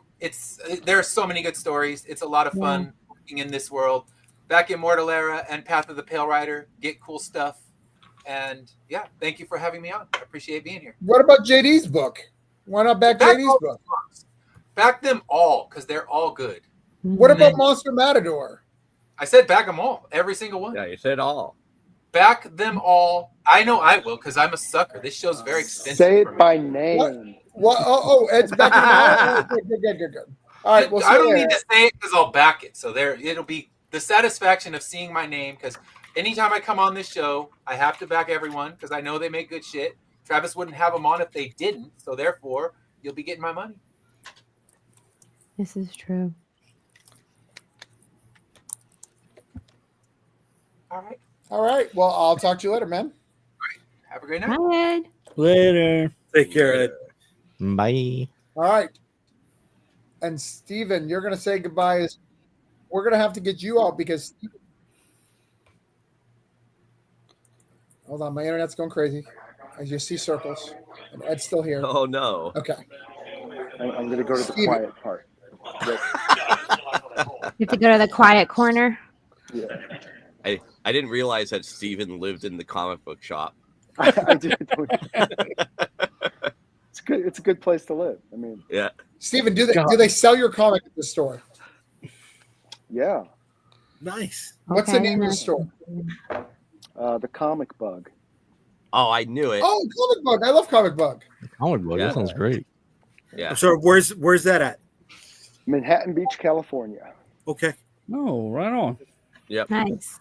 I kind of shop, figured that's great, where you're great at. people. Yeah, they've got a huge space. They have one side is like a whole gaming thing if you're into that. The other side is comics. Do they sell the Cthulhu books there? No, They but they don't, should. but They should. They should. They should, but they actually had a really good reason why they didn't.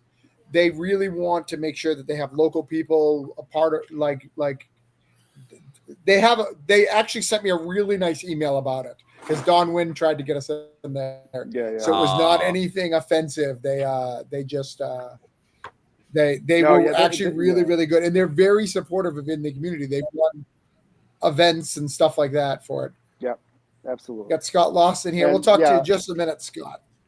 Oh yeah, I for do sure. They do a lot of indie signings. I've done signings, things like that. They're very supportive of everybody. So All right, so Just- let's start with, because you're still here and you're going to leave. You were at 100 backers when we started this thing, and let's see where you are now. Let's see how many people care about you.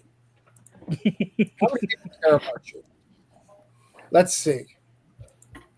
Out of all the people in the world, Stephen, 3 additional people care about you. that's not bad. Congratulations. That's three. That's three more. That's 3 more that cared about me an hour ago. So Right. And I mean, that's how many Kardashians You're are just- they? I mean, that's most of the house. I mean, you're halfway there, I'm halfway there. But they right? Because you don't count Catherine Jenner as a real Kardashian, right? No, they don't care about me anyway. You know, I'm just the pool boy. They don't even all right, sleep so- with me. It's you know, It's horrible. That's horrible. it is So horrible. tell us That's one more that's why I have to time make why we comments. need to get this. We'll go It's a through it. I'm gonna share the it's link. it's a matador that fights kaiju. I honestly like So my I can share pitch has been boiled down to that. I don't really know what else to say, but it's a really cool story. It's an epic story. We have a great variant cover by Mexifunk, who, as I said, if you collect steelbooks and you love great art, that's one to get. This is our 11th Kickstarter, so we've been doing it for a while. Our first volume won an International Latino Book Award, and I don't know. Travis seems to like it, so that's good. I like it a lot. I actually realized that I haven't read the trilogy one. Like I realized it was on my comic stack, and I was like, oh shit, okay. I had one to read. Yeah. And the Because I art is read them when they fantastic. come out. Yeah, the art is fantastic. It's by Fabio Alves and Alex Zeff. Well, one of the things I'll give you a compliment on your writing. One of the things that Yeah. Stephen does that not a lot of writers do, especially when you have a book that's full of action, is he lets the stuff breathe.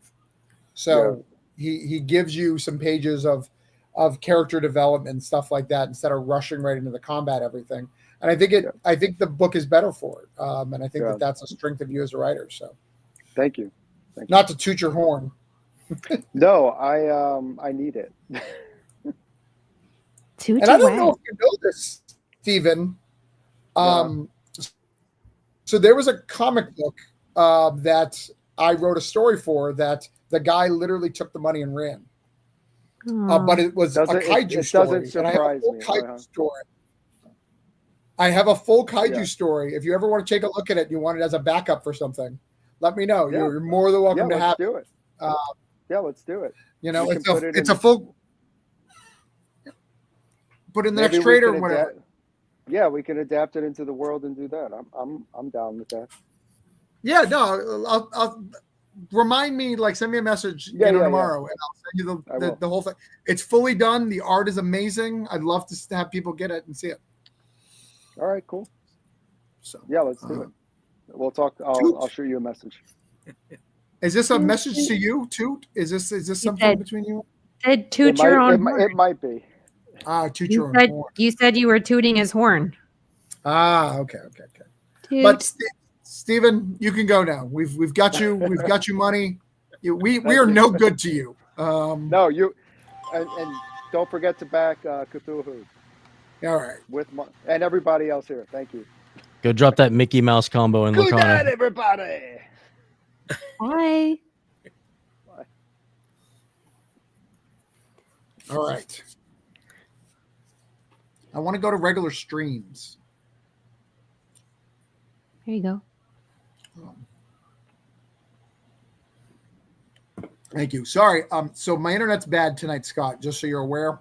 So if I'm speaking over you or something, I completely apologize. I normally do it on purpose, but this time I'm not. So I think it's important. Oh, thanks. I'm glad to know you're distinguishing the two, so it's good. Right. This particular time I am not. I want to make very clear that all times prior, 100% was. But tonight, not so much. I like it. Can you send me your link to your Kickstarter so we can talk? Yeah, man. Send it in private chat. I'm going to look at some other people's Kickstarters real quick, see if we've got him some money.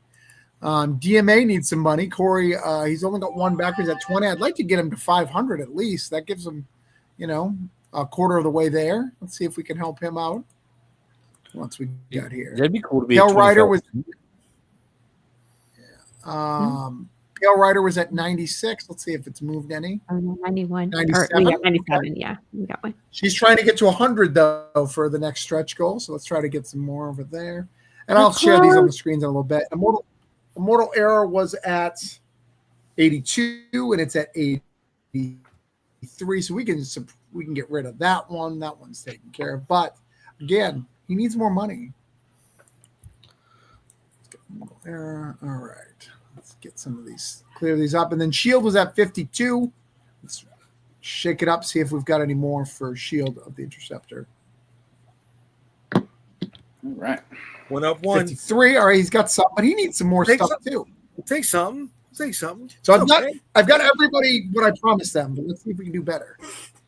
All right. Scott, let's check this out. Yeah, sent it your way. So this is Second Shift Doorways, part 1 and 2. So I did a Kickstarter for part 1 last year. So I usually do this. I do something for October. I'll do Drawtober, which is I kind of just create my own prompts, but I turned it into a comic book. And so the first one, I was able to knock it out. It was a ton of guest appearances, so it had a lot of splashes, but it was oversized. And this time around, we did get a good amount of creators to let us borrow their characters. But this time around, I made sure to specify to my buddy, I was like, hey, let them know that, we'd like to use them for more than just one page. So some characters we got for one page splashes, and some characters we got from multiple pages, which was dope. It's nice to play in other creators' worlds for a little bit and just kind of, read their books, like make sure you have a good grasp on the voice of their character and everything like that. And so it was real fun. The biggest gets, of course, is Grendel and Fire Breather, I would say. But I'm pretty psyched about all of the characters that we got. Some books that I followed as they were coming out. There's like Fabian Gray and the Five Ghosts. Like that was a really cool image series. It was like a retro feeling comic book. I think it takes place in the 60s or the 70s, something like that. So he's kind of like an Indiana Jones type character, but he has the ability to, Five Ghosts can inhabit him and he kind of gains their abilities. So that was a real fun series that I was collecting while it was coming out, and we got permission to use their character. So I was pretty pumped on that. I got Bob the Angry Flower and Too Much Coffee Man. Like those were, I'm from San Diego. So I've been going to San Diego Comic Con since I was like 11. And they had this small press, like murderer's row of characters that I remember always passing by all of their booths. And it was Bob the Angry Flower, Too Much Coffee Man, Milk and Cheese, guys like that. And so it was really cool to be able to get two of them into the book as well. And something I did was whatever part of the world. So the premise of the book is, my team, they're chasing after Dr. Doorway. He has the ability to jump through dimensions, visit other dimensions. So every dimension they jump into, it's one of the creators' worlds. Part 1 left off with them jumping into Golden Age Daredevil's world. Easy for you to say. And that was really fun for me because I collected that book. I still collect that book. You know, it's a public domain character, and one of my favorite villains from that series was Princess Sheba, and they basically kill her off in the same issue that she debuts. And I was like, man, what a waste. Like, she's such a cool character. So I figured out a way to bring her back.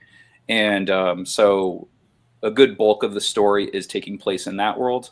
And then after that, that's when you start jumping into the other characters' dimensions and stuff like that. So a real fun series. And so every dimension they jump into, so like Too Much Coffee Man and Bob the Angry Flower, they're comic strip books, you know, like Funny Pages books. So I was like, oh, that's great. I want to be able to do stories in that style.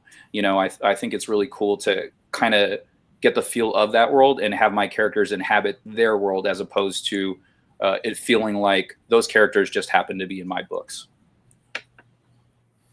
Yeah, I think, you know, it's 16 hours late, Scott, and I apologize because I just backed it and I didn't look at it, the campaign, because I backed the first one.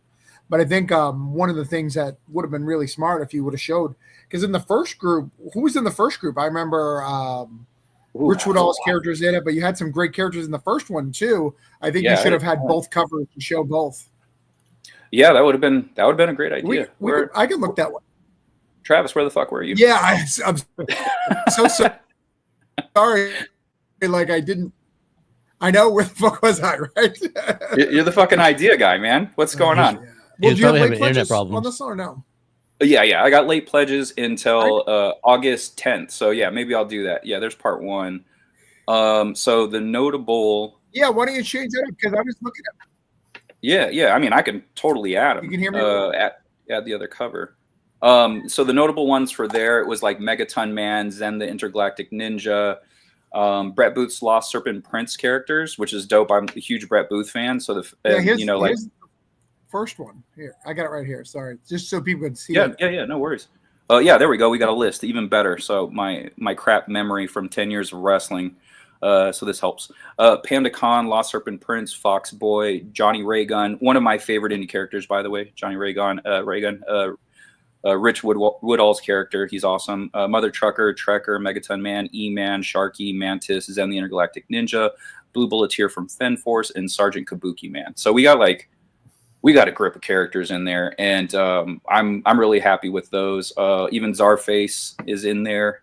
We got only inside cover access for him. We couldn't do a cover, only interiors for Czarface, which is Esoteric's characters. He's this rapper. Andy Belange's Mother Trucker is awesome. Panda Khan. So yeah, tons of great characters in the first one. I have a little bit of a relationship with Brett. He's done some cover work for me.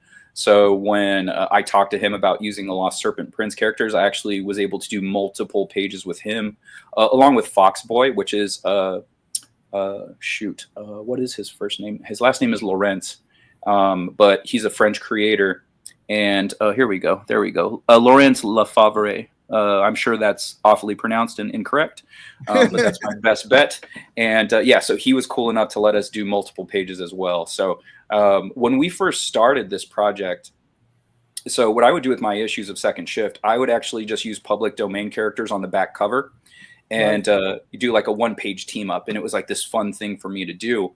And one of my buddies, he's a huge public domain fan. And so he was like, oh man, this is so cool. And he hit me up and he's just like, hey, I hope this is okay. But I got in contact with, oh man, I'm freaking blanking right now. He was just like, hey, I started getting in contact with these creators and they said it's okay to use their characters on the back cover. And I was like, oh, they're Big Bang Comics. Thank you. Thank you, dumb brain. So Big Bang Comics, like they were gracious enough to let us borrow the characters. So they were like the first ones that like, oh shit, these are like real creators with real characters letting us borrow them. Like, this is awesome. And then I was like, dude, you can keep going if you want. You can keep reaching out to people if you want. And he goes, oh, really? And I was like, yeah. And before I knew it, he had like 13 people. And I was like, dude, I'm not that fast. I was like, I'm not going to get to these characters until I'm in my 50s. So I'm like, how do I do this? And I was like, oh, I know what. I have this character that I need to make anyway, like that can do this teleportation through dimensions. I'm like, I need to create this character anyway for this future storyline. And I was like, I have a great idea. And then so that's how I came up with that. And so I was able to knock out all of those characters in one book and kind of reset everything. So it's just like, all right, cool. So if it happens again, like I know how I can use them. So it's a fun project to do. Part 2 took way longer than a month.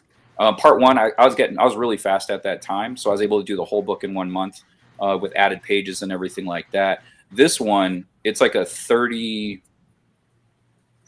think it's 31 interior pages, and it's not just a bunch of splash pages. It's a lot of panel work. So it's oversized, and it was a way bigger project than I thought it was going to be, but it was definitely worth it because like when you're making these books, you want to have the best product possible. You don't want to rush through the ending. So I was like, this is what I got to do. I just got to keep adding pages. And we had a late edition, and I think it was Too Much Coffee Man. It was the late edition. And then I was like, all right, I got to add them in. And so there's just the pages kept racking up, and I was just like, it's got to be done. I'm not going to pass it up. Well, and again, this is just for the panel. If you don't know, Ben Dunn lets you use Ninja High School and Tomorrow Girl in your stuff. You just got to fill out this form. So if you ever need either of them for public domain or stuff, Ben Dunn's really useful for that. Were those characters in the Don Simpson Megaton Man multi-mentions recently? Yeah, I think so. Yeah. Mm-hmm. Yeah, I think I remember seeing Tomorrow Girl. Yeah, and Ninja High School was super popular back in the day. I was never into Ninja High School. Yeah. But Tomorrow Girl, she's pretty popular. And then I'm gonna guess just because Phil Hester is one of the nicest guys. I bet you that was just an email. Like I think he would let anybody. He's such a great guy. Oh yeah, the only thing they asked was just approval on the dialogue, and that was it. And so I was like, yep, no problem. Like, I read the whole series multiple times, so it's just like I got the character down. I mean, it's not, like we got a 1-pager for Fire Breather. I wish it was more because that character is really cool. I really enjoy that character, but hey, we'll take what we can get, and we were happy to do it. And so it's kind of like, all right, let's just make this 1 page the best page possible. So nice. That's nice. Well, we got you 1 backer. One's already jumped on, which is great because you're at 65 now. You're at 66, which is great. Look at that. So we're getting some people in here. But so what I'm going to do is I'm going to go over everybody one more time, and then we're going to call it a night. Try to get you some more backers, try to get everything. So we're going to wrap back around you, Scott. But that's that. Link is in the description, guys. Let's make sure we back Scott. Scott's done some great stuff. He does deliver. I got his last book already in the mail. And I got the first part of this. That's how I knew it existed, So yeah, I always like to make sure the books are basically done before I do my Kickstarters. If like 90% to 100%, and this one's 100% done. Nice. So, all right, let's go around again. So let's talk to the Hyde Hermit. Let's see what's going on. I need to introduce myself again or doing.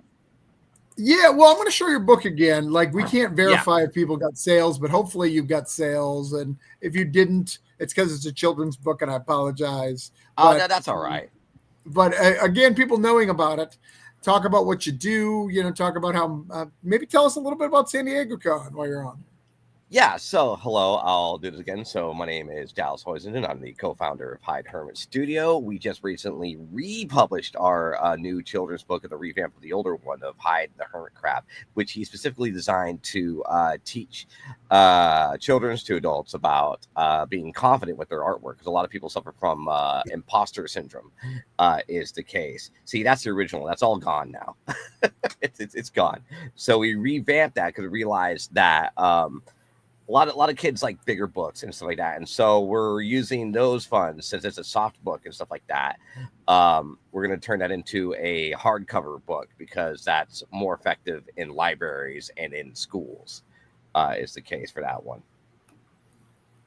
And I'm planning on doing more pictures with the new book. I just need to churn that out and put it on there and everything else. Yeah, look, there's a couple other books I didn't see the first time. So we got this ABC thing. Yep. But we're gonna make those into like bigger ones, because the little coffee table books kind of like don't do like justice. So we're gonna update those as much. Let's check out some fan art. You got some fan art too? Oh no, We got some enamel pins that we produce. So so my background is in IP IP development, and then also product manufacturing is a case. And so we do from enamel pins to making apparel, and we do collaborations with some other companies as well. We also do plushes too. Nice.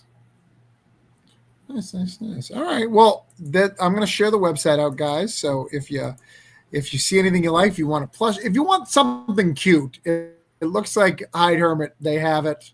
It's there. You can buy it. He paid for San Diego Con, so he's broke. His partner in crime is sick because of con crud. Like they need some love. He's afraid to show his face. Yep. With that booth, that was like we got that booth like 2 weeks ago, prior before San Diego Comic-Con than anything else, even though there's like a 5-year wait list for exhibitor. But I guess some people bounced out, so I was lucky to get in, and also got grandfathered in for next year. So crazy. Nice. That's how you do it. Yep.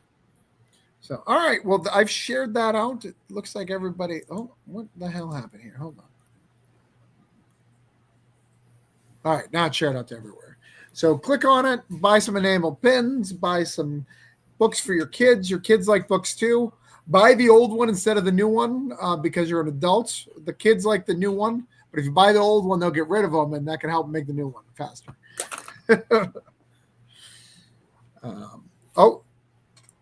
Charlie says, clutch that table tight.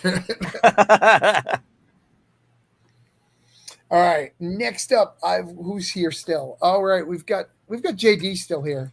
JD was first last time. He's sitting here sad. He wants you to back his action figures, but his action figures isn't live yet, so he can't do that. So he wants you to back issue 6. 6 issues. Good for you, man. 6 issues is great. So this is part 2 of the second arc, right? So issues 1 through 4 complete one arc. I do a miniseries, and then I try to do one or the other titles. So I'm not going to keep going. But this is going to be part 2 of a 4-issue arc for Shield of the Interceptor. Going back to what I said earlier, it's the story about a guy who found a shield that was supposed to be paired with the sword Excalibur. And now everyone who ever searched for the shield is coming for his head. So he's doing the best he can to keep it. Like you said, we've done 5 issues before. So we have gifts for returning backers. We had early bird special. If you missed any of those, you can always add those on later, but that was going to be on me.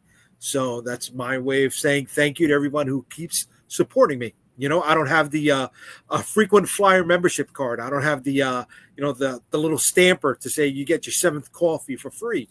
But I do have a way of saying, thank you to those who keep coming back. And we've had quite a few. You could get this. You could get any of the other books that I have as add-ons. We got shirts. We got pins. We got trading cards. I love adding trading cards as stretch goals. That's my jam. I'm an 80s kid, but I remember picking up those cards, the Marvel cards from the 90s and stuff. That's my jam. So I love to feed into that stuff. And, we spice them up by throwing the holochrome cards up there. We got a couple of trades as well. And then we also have a tier for just the digital catalog. I know a lot of people run out of space, but they want to read stuff, and it comes in at a great discount. So if you want to jump on that, I think it's somewhere around 30 books, and you get a great bargain for that. But you get the whole jam, if you want just digital. Is it a pajama jam? Pajama jams, baby. You can read them when you're in your pajamas.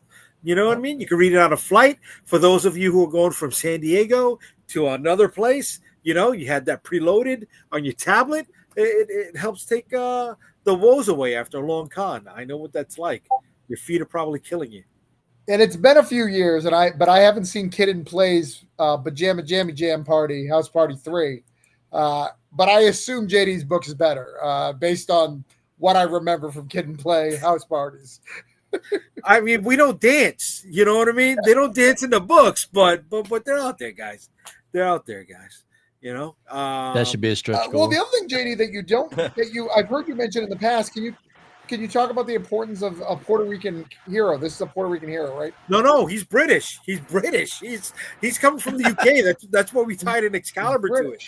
But the whole thing of the driving factor behind the story is we tie in Arthurian legend, right? The great thing about the shield, it lets us play with those toys, but not be bound by the rules, right? So my upper echelon, right? My Odin or my Loki, stuff like that.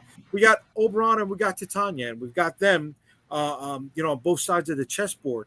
So the idea is that they are trying to amass power by gaining relics from other deities, other mythologies, and combining them, making them stronger than the sum of their parts.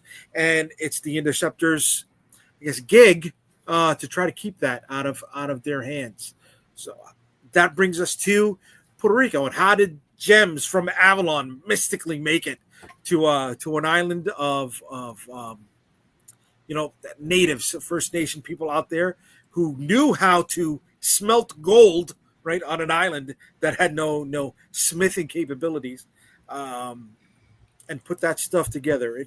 I'm of Puerto Rican descent, right? They say you write what you know. So I'm taking somebody from England to where I grew up and a little bit of my history and mixing in what I learned with what I like. And hopefully I can share some of that, right? It's like remember the Watchmen TV show, right? In that very first episode when they were talking about the Tulsa massacre, right? How many people gained so much awareness about that just from watching, an entertaining geek show? So that's what I'm trying to do. I'm trying to hide the peas and the mashed potatoes, but make it all entertaining at the same time. Is there bacon in the mashed potatoes? Because that's my favorite kind of mashed potato. I was like, are we talking mashed potatoes? He's making me hungry. He keeps talking about jam and mashed potatoes. Yeah, you're not like you're not one of those raisin people put raisins in there, right? Ew. No, raisins. Who puts raisins in? That's a war crime. No, you don't do that, dude. Raisins belong in like cinnamon raisin bread, and that's about it. Raisins belong in boxes and on the shelf in the grocery store. They don't belong anywhere else. I make a pretty tasty raisin bread, but other than that, like, nah. Sorry. Here's a major faux pas, right? And a major negative, right? Puerto Ricans make this thing called pastelitos. Think of it as like a hot pocket, right? A Spanish hot pocket, right? Yeah. And it's just a pastry with ground meat in the middle. Awesome. But if you put raisins in it, you're getting punched in the throat, plain and simple, right? That's it. Hands down. You don't do that, right? Have you had pasties? What's a pasty? It's exactly what you described, but it's really? It's like a hot pocket. So I just discovered these things. So like I think these are more Midwestern things. Okay. But yeah. They have them. So my buddy lives in Arizona. They have a pasty place. Essentially, it's like hot pockets, but like you can put whatever you want in them. So they have like a French dip one that's pretty awesome, like a meat and cheese one. Yeah, they're pretty solid. When it comes to that contraption, right? That pastry that wraps up food that's handheld, right? That's something that's like throughout the world that should be binding all of us, right? It's either a wonton, a pierogi, a pastelito. Oh yeah. I was gonna say empanada. every culture has their. It's all there. It's all there. We've all something wrapped in noodles / pastry. Yeah. It's love. It's life. It's true. Fried in butter. It's better. I guess the pasty origin. It's from like coal miners' food. You take it to go. You make it. You wrap it up. Whatever you put in your lunch pail. It's handheld. It's pretty good. Yeah. So. This is the nice anthology. Why aren't we making this book? I'd like to welcome everybody to our food TED Talk. Yeah. That's what I'm here for. / pre-order. Interceptors and septics and food. That's what's going on today. Funny thing is, the backstory is his family doesn't own a restaurant, so I got that mixed in there, guys. Nice. JD, this is brought to you by DoorDash. You started here with 52 backers. We got you to 54. I take that, baby. Thank you for coming. We shared your stuff out. I appreciate you having me. We got you 2 extra frags. ones. I'll take it. We actually had you 5, but then you talked and like they 3 of them went away. But like you That kept happens. 2, which is great. That's why nobody watches my TED Talks. You know, They heard the raisins in the mashed potatoes. and when is your show? You have a show on on Friday nights? So Friday nights we go live Comic Book Streamland at 8 o'clock. Fortunately, I won't be there this Friday. We got a nice little anniversary date with me and the missus. But next Friday we are back, and then on Sunday nights I'm hanging out with the other JD on his show Comic Book Streamland. And so his goes live Sunday at 7:30. Mine goes live on Fridays at 8 o'clock. If anybody wants to get down, the door is always open and welcome to anybody who just wants to chew the fat. It's nothing major, it's just us talking shop if we would in a bar and a barbershop. Nice. Very cool. Very cool. I get to mark. Where are you taking the missus on Friday night? We're going to Buffalo, dude. I live in New York City, and we're taking a 6-hour drive up to the falls and having a nice little romantic weekend, baby. I thought you meant you were taking her to Buffalo Wild Wings. Guys, that was my first question. I was like, taking her little to Big extra Gulps effort. for our anniversary. No, Either but you know you what? were I do shocked have- by that, or I do have the Anchor Bar on the stop. That is definitely on the stop. That's the one thing I definitely want to do. unless that's what she wants, please don't take your wife to Buffalo Wild Wings. No, she's not. She's not a wing person. I'm not talking to you. I'm talking about the group in general, right? If she didn't ask you to take you there, right? Don't take her there, Find out That it's is a bad sage idea advice. is if you do it. right? If she asks But you to go to Buffalo Wild Wings, you take her to Buffalo Wild Wings. But Okay. Yeah. I'm gonna tell her no. Laura said don't. But we're Lori, not going. Lori says no. the other place is Wing Stop. You can't stop there. You've got to go to the Buffalo Wild Wings. They fly there. Right. Not for an anniversary, you don't. No, That's no. romantic. I think that's romantic. Like you could watch, the Celtics play or the Red Sox. Yeah, you can watch every game any that you've team got but a New York $1,000 team. riding on. Great Whoa, way to whoa, sleep let's call on it the TV couch timeout. on your We're anniversary. calling it a TV instead of timeout in on bed. that one, Travis. You don't do that to me, bro. See, my passions are food and New York sports. You know what I mean, bro? You're We gonna can't push watch. buttons right now. And Ed is not on the show no more. I didn't want to bust his chops, but Ed had a Mets hat. And that's the one thing we don't watch over here in New York is minor league baseball. Right. You know what I'm saying? but we'd rather watch that than anything that comes out of the Boston, New England, area. I had The Knicks 3 Knicks had a nice people text offseason, me. man. Sports ball. I had 3 Yeah, that's me people too. text me after the Fantastic Four movie. Go, why does a thing like the Boston Red Sox? I was like, seriously, get a little education. Come on, I know it's a B, but it's not.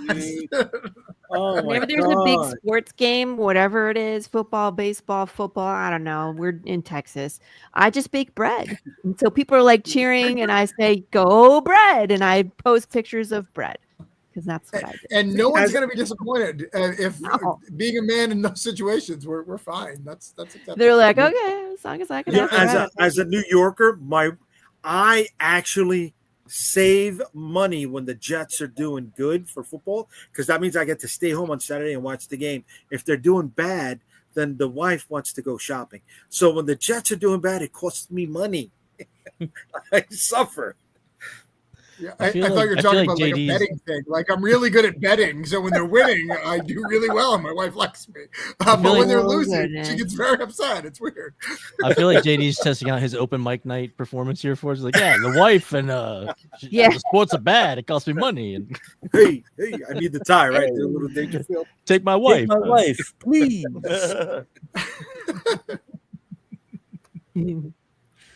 Hey. There we go. So just a reminder, Lori, we got when you got 7 here, you were at 96. Yeah. Thank you everybody for helping me get a little closer to 100 backers. We're going to unlock a poker card. We have a really cool stretch goals to unlock that are right around the corner. So I have a feeling that a ton of people have been waiting, and it's that last stretch. So we should see some movement pretty quick here. So again, if you like Fallout, Walking Dead, The Good, Bad, the Ugly, and sprinkle some Cocaine Bear on top, that is Path of the Pale Rider. It's a world where death is broken, but we don't have flesh-eating zombies. It's you trapped in your body, you with your decaying brain losing your humanity. You lose your memories, you can become violent or chaotic. And it's people, animals, insects, and fish. There is no magic bullet to the brain. You are trapped here. So we're following a cowboy 10 years into that apocalypse as he searches for what broke death. And then in issue 7, this cowboy has agreed to break into the undead retirement community, which people really think it's one thing or the other. And we're going to find out exactly what's going on there. And it's a bad day. Everything's kind of been leading up to this moment, and then everything will change after this moment. This is one that we're going to be talking about for a while. So I got lots of cool merch. You name it, I got it. I got the hot sauce wooden covers, custom made pop, secret rewards. I got a lot of bear stuff because people love our giant undead bear named Big James, who will turn you into hamburger. And I don't know why people like him. He's not nice. He's just a mean asshole, but people love him. You should love our undead puppy named Sad Pancake. He's fun. And we got lots of stretch goals that are around the corner for Sad Pancake, including scratch and sniff stickers that smell like maple syrup. Here's the Scentifier cover for someone that was asking. It's just, again, it's just a transparent little sticker with the scent, and then I can put it onto any cover. So just something cool, haven't seen before. Here's the hot sauce, which is all made by yours truly. I'm a foodie. I do hot sauce. I bake. I like to make cookies. All of that fun stuff. So you can actually back, it's 1, 3, or 5 bottles of hot sauce on the campaign. They're all in the add-ons, but we have like a tier where you can get the 3 because that is our most popular. It just depends on what you want to do. So there's a whole description there of the sauces, and you get to pick and choose. Like if you get a 3 box, you can pick what what you want in there. Same thing for the 5. So if you don't want to venture all the way to the Carolina Reaper, you can get two bottles of the green. That's okay. So you can pick and choose what you want and stock up because they're good. And I won't be running another campaign and probably until February. So there's our really cool stretch goals. I have gummy zombie pieces coming to you. I have magnets and art and roasted coffee beans called zombeans, because again, my fans are foodies. I've written actually a Big James short, which is an 8-page short, which is just bear destruction.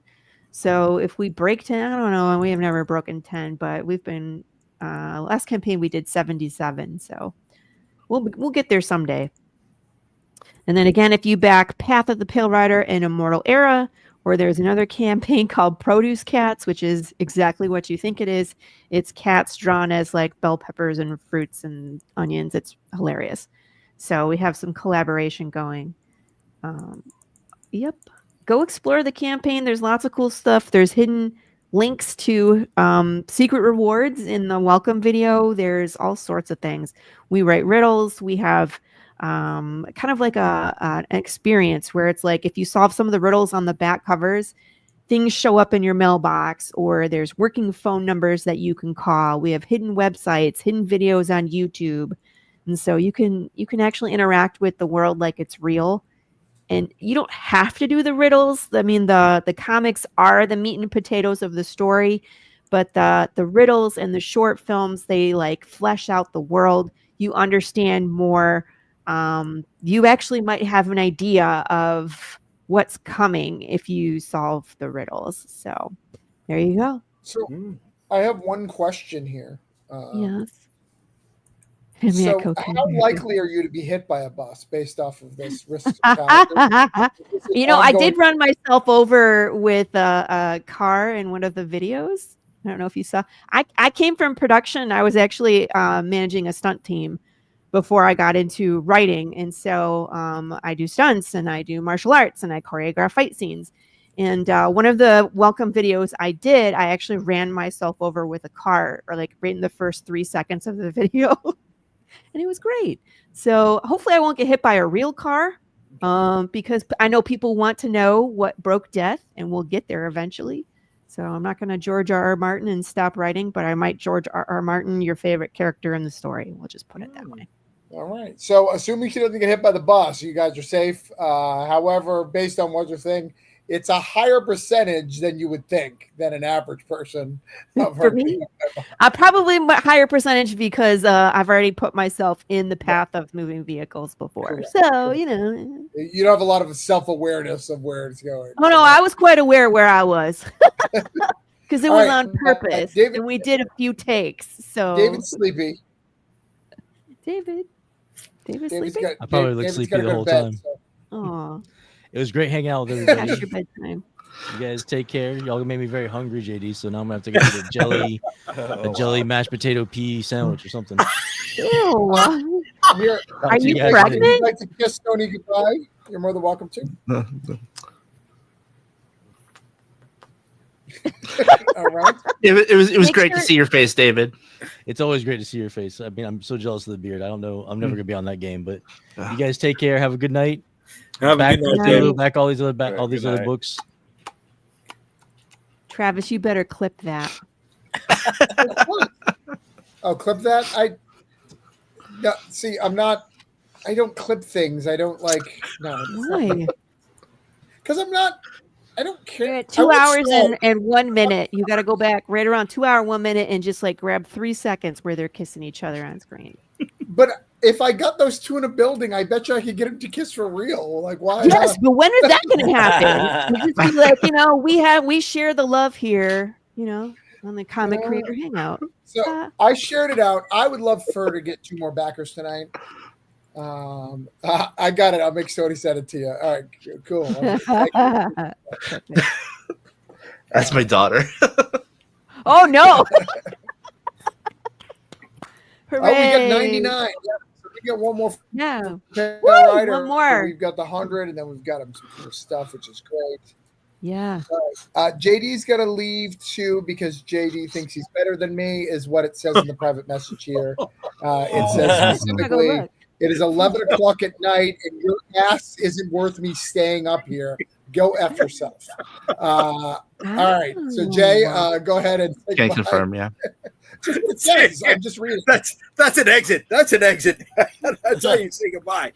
Thank you all. Listen, there's a lot of great books up here. I hope people, get on it. The Cthulhu Invades Fairyland. It's Cthulhu eat peace. Jay, is that like I've heard of Irish goodbyes? Is that a New York goodbye? Is that how? New York goodbye, bro. There you go. Okay. I'm afraid of the New York goodbye. I don't want that. But they do the Irish goodbye here a lot too. I think it was invented in New York. But please, folks, back everybody's book. There's a hell of a lot of talented creators out here, and they're all putting their money where their mouth is and creating great books. So right. I hope everybody supports that. Thank you all. All right, have a good night, everybody. Right. Corey also, Corey already told me before he got here, he actually wanted us to move the time. He said he was better than all of us, and it's like, I don't care that you have other people lined up. I don't need any marketing advice. I know what's going on. Those are all things that are direct quotes. But you were at 19 when you started your. I think we need to clear up the fact that Travis and I don't understand time zones. That is a like he's half joking, but that is a real part of our conversation where I was like, "Hey, I have something happening, but I'll be free at this time. Can I jump on at 9?" And he's like, "Yeah, the show starts at 9, so I don't know what you're even asking me." 9 Central, 9 Eastern. He said, I don't. Eastern is the only time zone that exists to me. I apologize. Like, I know people have other time zones, but it's the only one that exists to me. We legitimately spent about 40 seconds in our exchange going, no, 9 is fine. And then it was time zones. Yeah, I do want to thank everybody and make sure, if you've got the time to check out DMA. One thing I do want to mention that I haven't yet is every issue has a 22-page part of the main story, and then there's an 8-page backup. And so we're having a lot of fun with those. We do some different things. We're just introduce more character moments and let people kind of learn more about these characters. But yeah, it's cool to be up here with everybody. I always appreciate everyone's time. If we've got some great catch up tiers on here, so there's an opportunity to the stuff that people have missed, because we haven't had a ton of backers on these different issues, but we've always been able to kind of get there right at the finish line. So if you got some time to check it out, and I saw that Charlie Stickney is checking this one out, so that means you guys are all obligated now to follow in the great Charlie's footsteps. I think I might be his second favorite comic now. All right, so like I'm all about a good joke, like but how you Charlie said will that. back anything I bring on the show because Charlie loves me, and I want that very clear. Charlie's love for me gets extended to you. I don't know why Charlie likes me. I am a bad egg in his world, but the guy loves me. You know what it is. Here's why. Because you made the secret group that a bunch of us are in, the creators group, where we're all kind of learning from each other. And in that group, he's like the wise elder celebrity. Okay. You've really only elevated his status amongst the creators, and now he's a demigod now. So of course he's like, thanks for that, Travis. Thanks for the promotion. Yeah, that's why he likes you. All right. Well, Charlie, if you're still here, we'd love to hear whether or not that's true or not. I don't know. I think Pat Chan and him both get to just give you a silent thank you for their demigod status in the group, because they're crazy success on all things Kickstarter. All right. Well, you just got another back here at 23, but good night, Corey. Yes, thank you guys. I appreciate you having me on, Travis. The show is awesome. I love what you do for everybody. You joking aside, you are a big help to a lot of people, so I do appreciate you, man. I appreciate Thank you, Travis. And the Cthulhu book looks great. It really does. Thank you. All right, I'm jumping out of here. You guys have a good book. Let's talk about it. Yeah, Corey. Yeah. Bye. JD got another pledge. Look at it. Nice. Guys, we haven't moved Cthulhu yet. We're not going to go in the whole. Oh, we did. Never mind. Problem is that we've already all backed it. we need other people paying attention. Hello, everybody out in interwebs. Come back. Somebody this else do beautiful some book. love over there, which is great. I appreciate that, good. whoever did. So we've had a good day. We've got almost 10 backers today. We got 9. We're doing good. Great. The campaign's a little slower than I'd like, but everyone's campaign's a little slower than you'd like right Everything now. So is slow right now. it is where it is, you know. Mm-hmm. But yeah, Cthulhu Invades. I'm not going to make everyone share their stuff. It's a great book. It's awesome. I'm really excited. It's good quality. I've got a lot of what's really cool about this particular one is besides Stony here, most of the people in here are not returning. They're all new people to the series, which I think is really good. Well, Dan, you're back, but Dan, you're part of the Fairy Tales crew. So we have a Fairy Tales crew, and then we have an old school the Oz, Wonderland, and Neverland crew. Stony needs to go to both because Stony, man, when Stoney's in his prime, he was every show, every promotion. I literally took him. I'm not 100% sure, but I'm pretty sure that's why his child is watching now, just to see his face. Because I remember back in the day, I never saw my dad, and this is my one way. Yep. Only way she gets to see me, and kids call him Uncle Travis, and it's awful. It's a good book. Look, it's big. It's nice. It's thick. I have a lot of my friend creators in it. It's good. We got good bookmarks. So back it, support it. It's going well. So thank you guys who have done that. I rebind books, but I've been itching to learn how to make a hardcover dust jacket because I don't want to take the cover off of this. It's gorgeous. I'm not ripping it off. You know what I mean? Right. And so that might be a first time for me where I can actually make a beautiful dust jacket that can go around the book. Well, and I'm sure you know this, but for creators, I'm going to get some inside baseball. They get creators that back your own book. They get this, so they'll have one that has a stained glass specifically for Neverland, and only creators get this copy. So I only make them literally to order exactly. I order 2 more than I need because I really want to keep it special. And I know someone who sold one for $150 once. I was mad, but also kind of proud that they got $150 for a trade. So Yeah, at first I was like, they did what? And then I was like, wait a minute, how much did they get? I'm like, okay, Right. all right, okay. You got all yours, right, Stoney? You got all your. Yeah, Did yeah, you keep them all? I do. Yeah, absolutely. Yeah, I've got my. It sounds like you're accusing him of being the one that. I know. He's No, like, are you I've sure? got all my. I've also got my holiday spirits one. Yeah. Stoney, let's see him. Okay. Go get him. Proof. Go get him. Come on. You know what? I'm going to put him on blast. He's not watching, but his name ends with Pinot, and he lives in Canada. Oh no! The shock, no. the shock and all. The betrayal. But $150 is $150. Hey man, I think he had to move across. Yeah, he went through some stuff. He deserves the little bit of cash he's got. Yeah. But last but not least, and to be fair, let me tell you his logic, which is very solid. At the time he was married, he was like, well, I have 2 in my house. I don't need 2. Oh. I was like, oh, clever girl. I see. And they're your books. You can sell them if you want. I don't care. That's up to you, you know. I want my special cover. All right. Because it has my name on it. So, Scott. I'm here. We're going back to the do it. second shift doorway. Going back in time. We're entering. We're going to see what's going on. We're going to talk about these really cool characters. You got so tell us how we got Matt Wagner. He replies to your emails. So one of my buddies, the ones that was going out and reaching out to all these characters, he got Matt Wagner, and I don't know, he's like a wizard or something. How he's getting these creators. So it was just awesome. He just sent me a screen cap of the conversation or his reply. It was very short. It was like, sure, which one?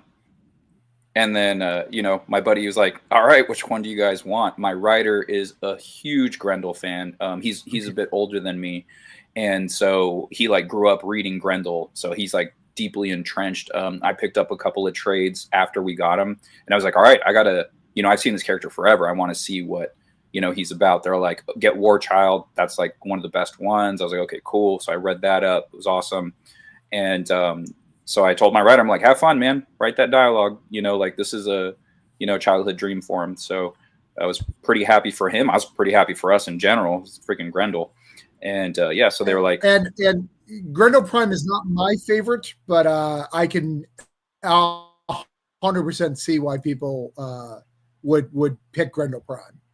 Well, that it's actually not either one of those guys' favorites either. My writer and my buddy Steve, who did all the reaching out to the creators, theirs is Rose, and but story wise, they're like, well, all the Grendels are dead. Spoiler alert. Sorry, guys. In the future or whatever, when Grendel Prime is around. So my bad. That's my bad. So they were like, well, Grendel Prime is the one that makes the most sense. And I was like, all right, that's the one you want? And they were like, yeah. And I said, okay. And then after the fact, they're like, man, it'd been really cool to use Rose. And I was like, dude, I asked you which one you wanted. Like, this is a dimension hopping thing. Like we could have went, like at a time before your favorite story arc, so it's just like, we could have done that, and it could have took place then, but that's one we went with. But I had fun with the image. I was consulting my writer. It's like, hey, what do you want him having him do? My writer's idea was kind of like my entire team going at him at the same time. And I'm like, we got a 1-pager for him. So we got to spotlight him. He has to look strong. Like, they can be going at him, but he has to be dominant because this is a character we're borrowing. We don't want to job out anybody's characters. And my team is, they're relatively young. They're a young team. So it's like, yeah, have Grendel fuck them up. Who cares? As long as they're, holding their own. It's like the leader's there in the foreground. He's got a wound on his gut. So it's like he's down for the count. And then everyone else is kind of holding on. So, I was like, all right, well, let's go with this. It's kind of, somewhat what you wanted, but it also keeps him looking strong. and making sure Matt Wagner's happy about all this after he let us borrow the character. Yeah, I mean, Grendel's a tough SOB, so you can't make him go down like a B. Yeah, and Fire exactly. Breathe is like we talked about earlier. Fire Breathe is great. Oh yeah, fun character. Yeah, I was real happy with doesn't that. happen to be breathing fire there, which is sad, but he is punching off some. So yeah, I was like going for something. I'm like, I want something action packed. I had a different pose for him. I didn't like it. So when I was doing the Drawtober stuff, if you go on my social media at Scott Lost, Instagram specifically, you can see like the original pose I had for him. Mm-hmm. And as I was composing the page, I was like, I just don't like the feel of this. I want to redo it. So I went back and I just redrew the whole thing, came up with something I liked. So I don't know if you know this, Scott, because we're relatively new friends over the last probably 6 months or maybe even a year. Yeah. Mm-hmm. I do a thing called Indietober. Have you heard about this? No. Mm-mm. So I have a group called Indietober, and we pick just indie books and we have people draw them. I'd love to have you. Oh, that's pretty cool. Every day, and we pick indie books, and then the majority of them have got cover gigs out of it after the fact, which is really cool. So, that's pretty awesome. You've been in Indietober before, right? What's that? I'm asking Dan if Dan's done Indietober before. Oh. No, I don't think I have actually. Okay. All right. No, it's I'm busy. I draw comic books. I don't have time to do things. Yeah, it's tough, man. It's tough, like carving out that time to do those extra things. I get it. Like when you're doing interiors, it's such a grind. It's like I love it, but it doesn't make it not a grind. And then that's why it's like I wanted to participate with the comics community. It's like, I don't really want to do Inktober. I wanted to create my own prompts. I want to do my own thing. And that's why I decided, I was like, I bet you I could like take all of those days with my prompts and create a book out of it. And so that's what I started doing. So like my series second shift, 11, 12, 15, and 16, those are all Drawtober issue stuff. But I'm actually going to skip it this year. So I could probably participate in the Indietober because then I can just kind of cherry pick stuff. It's like, I could do a couple of things, but I want to stay on the grind of my series and not diverge and do these side projects. So I think, just staying focused and working on my books is the way to go. But at the same time, I could definitely make room for like one or two pieces. That'd be cool. Yeah. Here, let me show you. So this is our Indietober group, and anybody can join this. Just search Facebook. I'll send the link out actually in a minute. Oh, wow. So this is like 3 of them that were done last year. These are all 3 covers that are coming out. These are all Indietober ones of that character. Ooh. Here, let me go to media. That'll show. But we do 31 characters over the month, and we look at tons of people participate and are part of it and create different things every day. I give you guys the characters and descriptions every morning. So there was Path in there. Like I said, it's very. Have we done Path? Yeah, last year. I was like the 28th, so a lot of people were pooped out by then. I was like, please, please draw Path. But yeah, did you get to use any of it and as backups or pinups or anything? I'm saving it for something good. So I have some things planned. I haven't released them all yet, but yes. But yeah, so we've got them all taken care of here, which is pretty cool. So yeah, it's really cool. Because we're talking about crossovers and all that stuff, I wanted to show this is really cool. And like I said, it's really cool. That is very cool. I do like that. Some of the writers draw in there too, as you. Yeah, I try to draw a few. My wife actually draws a few. We have a lot of fun with it. We pick, like I said, I picked 31. And what's really there was cool about some bangers right there towards the end there. Mm-hmm. Oh, so at the beginning of the month, it was Scarlet. The pros are like, let's go. So for the first 5 days, yeah. Usually in the beginning, everybody's participating, and then people kind of peter out as the month goes on. Okay. It's hard to do it. Do you release like the whole list at the beginning of the month, or you only find out the day of? I do. Okay, no, good. I was like, that's going to be a little bit harder for me if I don't have any ramp up time, because I would like to. it's like I do have to draw my own books, but I would love to cherry pick one or two of these and then just kind of put a lot of effort into one or two, as opposed to kind of spreading myself thin. Yeah. Yeah. Well, I think it'll be It's good very this year. cool, We've got some new plans this year to make it even cooler. And the goal of it, what's cool about it too, is I make sure that I handpick all 31, but I actively pick people I don't like. Like, I know it sounds crazy, but I'm actually like, here's people who I don't vibe with because they still belong in the, as long as you're not toxic to the community, like I still want to acknowledge, just because you and I don't vibe doesn't mean that your book doesn't have merit. So I actively pick like 2 or 3. These guys I don't vibe with. I probably wouldn't have them on my show, but you're welcome here because I want you part of Indie-tober, because it's not just. Do you tell them that before the prompt? You're like, no, hey, a lot of times day 8, fuck that guy, and, but you should draw his characters. Yeah. Like, don't talk or do anything. No, but these guys. The real mixed messaging I going don't on. ever Look, tell anybody, but I've had a lot of people come to me and go, did you mean to put my character? Is this a typo? Like, I know we're not cool. I was like, yeah, your character's there. It's fine. Don't worry about it. Enjoy it. Have good. Because I really want to actively do it. That's why I don't let people recommend, because a lot of times they're like, they're trying to recommend. But anyways, going back to your stuff, you were at 70 backers. You've been getting some backers, but you're at the last 15 hours. So that's expected. Yeah, I mean, shoot. No, I mean, I do think a lot of it was from the stream. So I thank you guys, whoever's back, because as soon as, I was on and talking about the project, I saw them come in. So it's like, it's either remarkable timing or, it's people actually watching the show. So. Well, good. Well, we have a lot of great supporters out here, and I'm really happy that you've got backers here. And I think this is a good book. I think since you have the extra time, man, really do me a favor and put the first stuff up there. In fact, if you do that, if you can get that done tonight, I'll wait my update, because I promise you an update. I can do it tomorrow morning. Okay, dope.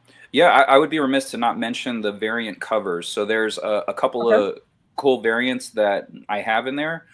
Don Simpson, I did Megaton Man Multi-Mentions, which is a project that we just did a Kickstarter for. I think it was like a month or 2. Time's relative, a little blurry. And then I mentioned and that's the Don Simpson cover right there. And right under it is, I was able to ask him, because I worked on the project. I was like, hey, now that we're cool, like, you do variant cover work. So he did a variant cover for me, and that's Tim Vigil. He's a longtime outlaw legend in the comics world, in the indie world. So if you're familiar with Faust, so he had commissions available for San Diego Comic Con last year. I'm pretty sure this year as well. And so I got one from him, and I was just like, am I able to use this for a cover? He goes, well, it's a little low for that, and then so we negotiated a price, and I was like, totally cool with me. And so, yeah, I got him for a variant, which was cool. And then I did my own personal variant, which is 2 up. It is a 1 down, the Golden Age Daredevil one. Yep. So this one was fun. So I had mentioned Princess Sheba dies in issue 2. That's where she debuts and dies. So I wanted to homage that book. I didn't really like the cover, because it took place like in a mansion. And that's kind of not what the story was. And that's definitely not what this story is. But the interior page 1 splash actually had a very similar background to this. They had a couple more elements, but it just wouldn't work with this composition. And so I took the bones of the background and like the vibe of that first page. And so I kind of did this variant for it. And then my colorist did a great job at giving it that retro kind of like old book feel to it. And the cover logo itself, the Daredevil, greatest name in comics. So that's what his logo looks like.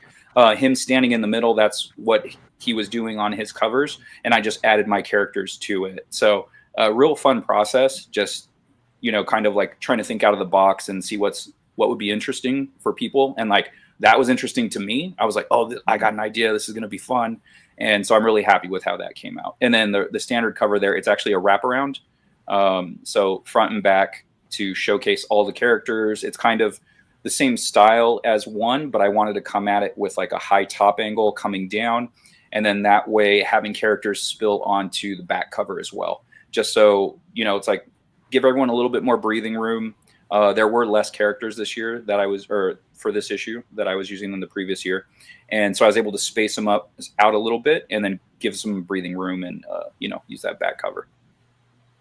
Yeah. And then tell me about, before we're going to leave pretty soon because it's about that time, but tell us about these cases down here, these things that look like cases. What's this? Oh, slip cases. Oh, man. So I got this idea off of another Kickstarter creator, and I had already backed their project a few times. And then one of their last projects to finish that story arc, it had a slipcase. And I was like, oh, shit, that's so cool. Like, I want a slipcase. And so if you guys do enough shows, and what you mostly have is single issues, you'll get those people that go, when's the trade coming out? Like, a lot of people are trade waiters. They like the trades, even on the indies that can happen. And so I'm very much a have your cake and eat it too guy. So I was like, how can I get those backers that want the book on the shelf?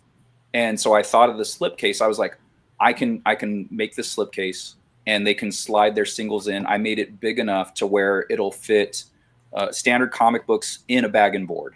So it's just like, all right, you'll be able to fit that. I think you could fit about like 15 or so, something like that. Yeah. So you could fit a good amount of comics with bags and boards in there.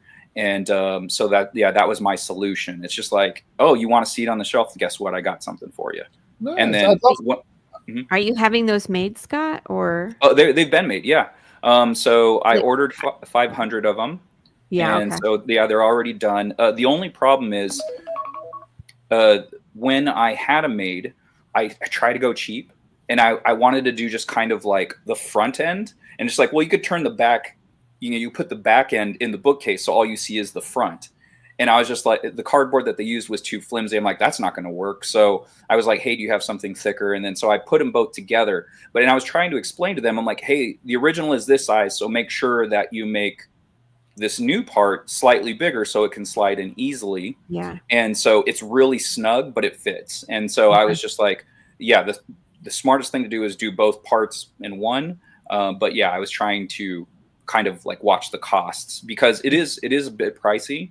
And but like when you do it per unit, like when the breakdown isn't terrible, but like if you do both ends, that's when it gets pricey. So yeah, but I love it. It's a great selling point at shows. It's like, hey, you give the sales pitch on everything, and they're like, oh, well, that sounds really cool. And I'm like, all right, I don't want to push it on you, but if that series sounds cool to you, I do have this bundle pack deal, and you can get the entire series for X amount. And they're like, let's do it, and then so like out of nowhere, you just have this big hit, like as opposed to selling $5-10 issues, you get like, this $50-60 hit. So it's like, it's pretty cool. Do they fold? Like, how are you carrying those all around with you? They come in flat. So it's just like, the box is basically like this big, like when you get it, and it's pretty big, but they're flat. So when they get mailed to you, they're flat. And then, so you have to construct them. They have double-sided tape and everything like that. So you just gotta, once you figure out how to fold it and everything like that, you just kind of get in rhythm, and then, you put them together. So. Yeah, I'd be super interested to get more information because I have all the Cthulhu ones. People keep wanting me to give them a like slipcase, like for Dungeons and Dragons, you have slipcase. Yeah. And but no printer is willing to do that for me because I'm not buying the books for them. It's after the fact, and even with the measurements, because of the risk of shipping, because they have to, because they got to come together if they're all put together, but. Something like that where it's not exact because we're still indie, right? We don't have to be perfect. Right. So it looks good. I'd be interested in that. Oh yeah, definitely. Yeah, for sure. Do you have one? Do you have one near you? No. Okay. I can get one. If you give me like 1 minute, I got to go to the garage and get it, but I can totally grab one. Let's check it out. Okay. Check it out. Yeah. And we're gonna wrap up and say goodbye to everybody. So let's just check it out. Scott's gonna be right back. Hi, do you want to say goodbye? Do you want to stick around? See what Scott's got? I don't want to. I don't know you well. I can leave if you want me to. Well, you can stay. I don't know you enough to make you stay one way or the other. No. I got other shit there. I mean, I've been here 2 hours. I think we're good enough for that. All right. Well, have a great one. Thank you for showing up. Thank you for allowing me to be on your show, especially at last minute. I really appreciate it. Welcome. All right. Anytime. All right. Bye. Bye. Any of my other Cthulhu crews gonna go? It's late. I know. Yeah, I got to Probably run. going. Well, I appreciate you, Dan. Thank you for all your hard work. Sure. Okay. Good times. I will See talk ya. to you later. See you. All right. I gotta jump too. I gotta get up early tomorrow. Come on, Laura. You want to see this box? I do actually want to see the box. All right. I'll stay to see the box. I'm actually on Amazon right now looking to see if I can get just blank slip cases. No, so if it gets up, like this is something me and my wife have been looking for. Yeah. So this solves a lot of problems if we can get it. So, because wouldn't it be really nice, Tony, to have all these books in like a slipcase?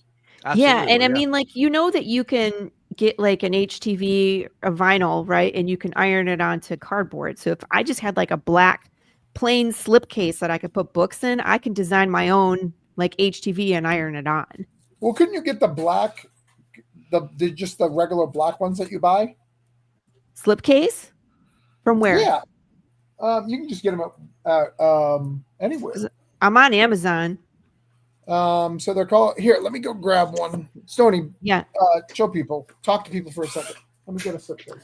I really would like to find the slipcases. Stony. Hi. How are you, man? I'm all right. How are you? I'm good. So I actually had a question for you. Yeah. How do you keep your Kickstarter goals so low while still coming out with all of these physical add-ons and stuff? Like, Because I make them all myself. you don't do all of these yourself, do you? Really? That is. I make a majority of the things myself. The T-shirts I make, the wooden covers I make all the hot sauce. I make a majority of the add-ons. So the hats, the koozies, the keychains, you name it. I make a lot of things myself. You are You seem to be I'm a jack of all very trades. interesting, perfect person. I know, and I'm like, and I stab you for free. Yeah. You're like, I did stunt work and this and that. So Yes. Laura, you can get these. Okay, those are Comic Shield. These are comics. It's called Store Folio. Oh, but you could get this if you could get vinyl stuff. You could make this yourself because she's talking about making one-ofs. And look, they fit a decent amount of books. Yeah, you'll see fans walking around shows with those, like if they want to keep their books nice and safe. And they're great because one of my buddies, what he did, he bought some of those because they have like, like your binder, you can slip images and stuff in there and the spine and the front and on the front. So he bought a few and he started doing that. So he created his own images, slides them in there. He does his own bundle packs with that. And then he just bakes that cost of that into the bundle pack and people seem to dig it. So it's pretty cool. Yeah, I want something a little more professional than that for like what I'm trying to do. But like, these are for sure. Really cool. For Lori, what if you could make it really good? I think. Does it have It does. Okay, yeah, it's shiny. I want I want to like put my own art on the outside. Is what I'm trying to say. I mean, that's basically what I'm looking for. Yeah, that you can just slide it in. You could slide art into the front. This you could just print and slide it in because it's got like a seal. Yeah, it's like your binder at school, back in the day. Send me a link to that. Do you have an Amazon link, Travis? Yeah, I can send you it. Like, I'm running the show, but I'll send it to you when I'm done. I mean, I don't mean like right this second. Like, do it now. Like, no, don't do that. And I buy these, Lori. I buy these for all my work. So every cover, everything I've ever made, I have them in these binders, and then I put it on a shelf. So these are kind of like the master copies. Yeah. And very rarely I've had to take them out of here because I've thought I had some or whatever, and I had to take it out and sell it. But for the most part, I have one of everything in a binder, like on a shelf. Because that's a great idea, Scott. That's a great idea. Box. Yeah. So check this out. So this is so they come this is the thicker cardboard. It's really hard to see, but it's like a thicker cardboard compared to the other piece. So this is how they're shipped. These are just a whole bunch of these saran wrapped together or whatever, and so they mail them flat. And then this is the finished piece. So it's a pretty good size. So the cardboard that one I just showed you, that's the outer piece. And this is the piece I got second. This is the piece I was hoping that I got for one when I was trying to be cheap. But the best, it's like I regretted doing it that way. It's like, I'm dumb. I shouldn't have tried to be cheap with it. I should have bought both pieces. And then so this interior one, this is the original piece. And so it is in pretty snug. Look at that. And but so the way I have it, it's like, okay, like there's your reading order or whatever. So I could probably fit 4 more trades in there, like maybe 128 pages, that size trade. So I could probably fit about 3 of those in there, still with a lot of room. So yeah, it's really good. Yeah, that's a solution for people to keep everything together while they're building. Because like for me, I'm doing trades every 4, but I have people that come and they buy the individuals the whole way, right? And so like my first arc is 12. They would love to have something like that that's pretty inexpensive. I'm going to be building some, sorry, Stony, I'm going to go way out there. I'm going to be building some really nice wooden boxes that will fit all 12 or all 3 trades in a nice stained, I'm going to laser engrave it box with like a felt lining and all that fun stuff. I'll maybe make like a handful and that's it. Like, so for people who really want something fancy, there'll be that. But the cardboard slipcase is great for shows, for sure. So if you guys dig this, you're still watching and you've back. Oh, sorry, I got it upside down. You can add it's in the add-on section. I think it's $10 or $15. I can't remember. And that's reasonably priced. Yeah, I like, dude, I'm all about keeping things reasonable. Like I always keep my price points pretty reasonable. Like it's like a 36-page comic that the one I'm running right now. And I think the cover price is $7 or something like that. So I try to keep things low. I try not to go too high. It's just, I don't know, it's a personal thing. And I think maybe it's also, I'm worried people won't show up if I price it too high. You know what I mean? So I don't know. Talk me into something different, Travis. No, yeah, I mean, we have collector's boxes, so I do collector's boxes for my Cthulhu's. So here, hold on, they're right here. No, which are nice. So they come like this. They come like this, and then you fold them up real quick and fold them up in seconds. They're good, but people really want like a slipcase of something for all these trades because they're all connected. Yeah. And these boxes are great for shows because I keep them generic enough. Oh yeah, those are awesome. I like those. And then that was the direction I was planning on going, was that. But I mean, you could still stand it up and put it on the bookshelf. Totally, 100%. You could do the same exact thing with those. Absolutely could. That could. Those I can do, and they come. I found some really nice shiny black ones like that. And again, I can just print like a bunch of HTV for like cost me less than $1 an image, and then put them on. And then the reason why I like that is because I can reorder the boxes and I can change the art. You know what I mean? I'm not buying 500 boxes with the same art. If I want to change them out, I can. Yeah. Well, I use these are really good at cons, right? Because people will get like, hey, we'll put 3 trades in here. There's a set price, and you can pick the Cthulhu trades you want because we're at 5 now. So there's various options and stuff like that. And then I throw in the bookmarks and the stickers and all the swag, and people are like, oh, I got a lot. Yeah. But yeah, that's cool. That has nothing to do with stuff, but this is what comics talk about. We hang out. Yeah, man. No, I love all this extra stuff. I love, trying to make, like, how can I stand out? How can I be different? Finding, like, by nature, I'm a problem solver. When I would run into people go, I'm a trade waiter. You let me know when the trade's out. I'm like, I got to solve this problem because, it's like, I'm not fast enough to get to the trades as, like, it's like, dude, how long are you going to wait for that trade? So it's just like, all right, I got to find a solution to get us there quicker. Yeah, like, I think that's really great because a lot of the fans for Cthulhu, they want a slipcase, and like I said, I'm having a hard time. There's people who sell slipcases, but they want to print the books. They want it part of their whole thing, right? I want to do all 3. Well, no, I have a garage full of books, like literally thousands of books, because I print them in the thousands when it comes to the Cthulhus. So yeah, I get that cheaper price point that way for sure. Yeah, to get that cheaper price point. So yeah, I mean, like, thank goodness for the Kickstarter community, because when I was backing that guy's book, I was like, hey man, I backed your last 3 Kickstarters, just backed this one. I'm a creator on my own. So like, would it be cool? Like, could I get that info where you got these made? He goes, absolutely. Boom. Shared it. No problem. So, and like, as a creator, if you're a creator watching this, it's always a good thing. Like, if you're asking creators stuff, like it's always good to back their books. Like you want to show support in the community. You don't want to just take.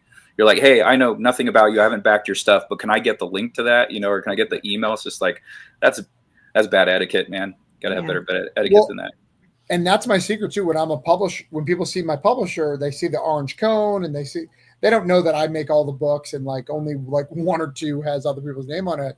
They're pitching to me. I'll basically throw away their card if they didn't buy a book. If you didn't feel the value to spend $5, like it's not like I just have $20 things. If you're not going to spend $5, like you're not really serious. Like every time I talk to a publisher, I'm buying a book. And most of the time, it's not the $5 one. It's the, hey, I care about your stuff. Like, really care. Like, it's not just that. So. Yeah, exactly. Like I do a podcast. It's called Making Comics. We releases every Monday. And that's something we drill into people's heads. We're like, every week it's process. We talk process. What did we do this week? How do we get there? My partner, he's a writer. I'm the artist. I'm, doing a podcast with him for 5 years. I'm becoming a writer. And like the issue of Second Shift, I primarily wrote. My editor, my regular writer was kind of an editor on the project. So he did a couple of things, but overall it's my script. And so I'm really proud of this issue. And it's just, when you when you talk to a writer on a weekly basis and like pick their brain, and that's the majority of what the episodes are. It's like, we're just chopping it up, like, two dudes hanging out, drinking some beer and talking process. And so you just pick each other's brain and figure things out. Why did you do it that way? Like, what's the point of that? Or like, what's that called? And then so you start developing this well of knowledge in a subject that you didn't know before. And it just makes you a better creator. The more stuff you do, I mean, Lori over here, she's Jane of all trades. She knows how to do everything. So the more you do, the more you know, the better. So like, it's really cool doing that process and just kind of like figuring things out. And again, the one thing we drill, hey, you come see us at a show. Like if you love this podcast, you listen to this podcast every week. You don't have to back our Patreon, but if you do see us in person, it would be cool if you bought a book, because you're coming every week and listening to this stuff. We have a good amount of followers, and so it's like it's totally free information. It's out for the world. But be a mensch if you see us. Buy a $5 book. Like if you really like us, buy a trade, And so we make sure they know that. It's like, all right, if you listen to us, the proper etiquette. We told you about it. And if it's up to you to decide to listen to it or not. True that. Before we go, I want to show Lori's thing. Lori? Yay! We unlocked the poker card. You were going to go to bed, but now you've got an update to do. You got all sorts of stuff. I already updated on the page. The poker card has been revealed. I just have to send it to all the backers. All right. Thank you, Travis. Well, this has been great, guys. I appreciate you having me on again, Travis. This was a fun time. It was great. 5 new backers. So you guys out there, if you were listening and you guys backed it, I truly appreciate it. And like I said, I'll get you get that first, because I just think you'll have a better shot. Obviously, the more characters that you show that are in the book, get them up there. I bought it specifically, the first one, for Johnny Raygun, which is funny, and Rich knows this. I hate Johnny Raygun, but I love Rich. Oh my gosh, I love him. I love that Rich loves him. Like, I love Rich's passion for that type of comics, which I hate. I hate the fun good time. Nor fun good, I like my shit. I'm a Daredevil guy, I'm a Batman guy, I'm a Gambit, like I'm a dark hero guy. I get that vibe from you. I get the vibe. Yeah. If you guys, I mean, like, my personality on here it's who I am, so I like the fun good time guys. Sure. That guy's so fun. He's so fun. Like when I discovered him, it was Savage Dragon, Johnny Raygun, and like I'm a huge Savage Dragon fan, and so it's like, who's this guy? Yeah, well, I'll buy it. I'll check it out. I was like, oh, fuck, I love this character. He's so funny. Like, he really drives the book. So it was a good time. Rich, he loves him. And Rich Woodall, I love all his dark stuff. But if I ever hired Rich, what he really would love to do is a Fantastic Four. Like fun, loving family that just puts jabs and funny jokes at each other. That's what he loves. But I love the man behind Johnny Raygun a lot. Nice. So, Stoney, before we go, I know I keep saying before we go, but where are you going to be? You said you're at a con, and it's amazing. You're muted. I'm just attending, but hopefully next year we will have a table. I'm checking it out first, making sure that it's something that we want to do. But it's in Enid, Oklahoma, and they're getting bigger every year. So we'll want to check it out, see if it's something we want to do, and do some networking. And yeah. Okay. All right. Well, that's it today. I'm going to do the end stream. I'm going to do the video. Lori, if you have 2 seconds, I can tell you about that thing that you asked me. Yeah, I would like to talk to you about that. All right. Thank you guys so much. I will message you the link to that, or the email to that company. I have to find it. It's been a minute, and then you could pass that on to Lori. Yeah, absolutely, absolutely. I'm gonna probably add that. I got to figure out where we're at, but I figure out how to do that. But I'll probably add it so I can see it in person. You know. All right. It's hard to Sounds see. good, dude. And Lori, do you have a YouTube? Lori does have a YouTube. Yes. We'll Sony, if we get that to you, you can get that to her. Absolutely, yeah. Okay. All right. Well, let's end the stream. Close out video and.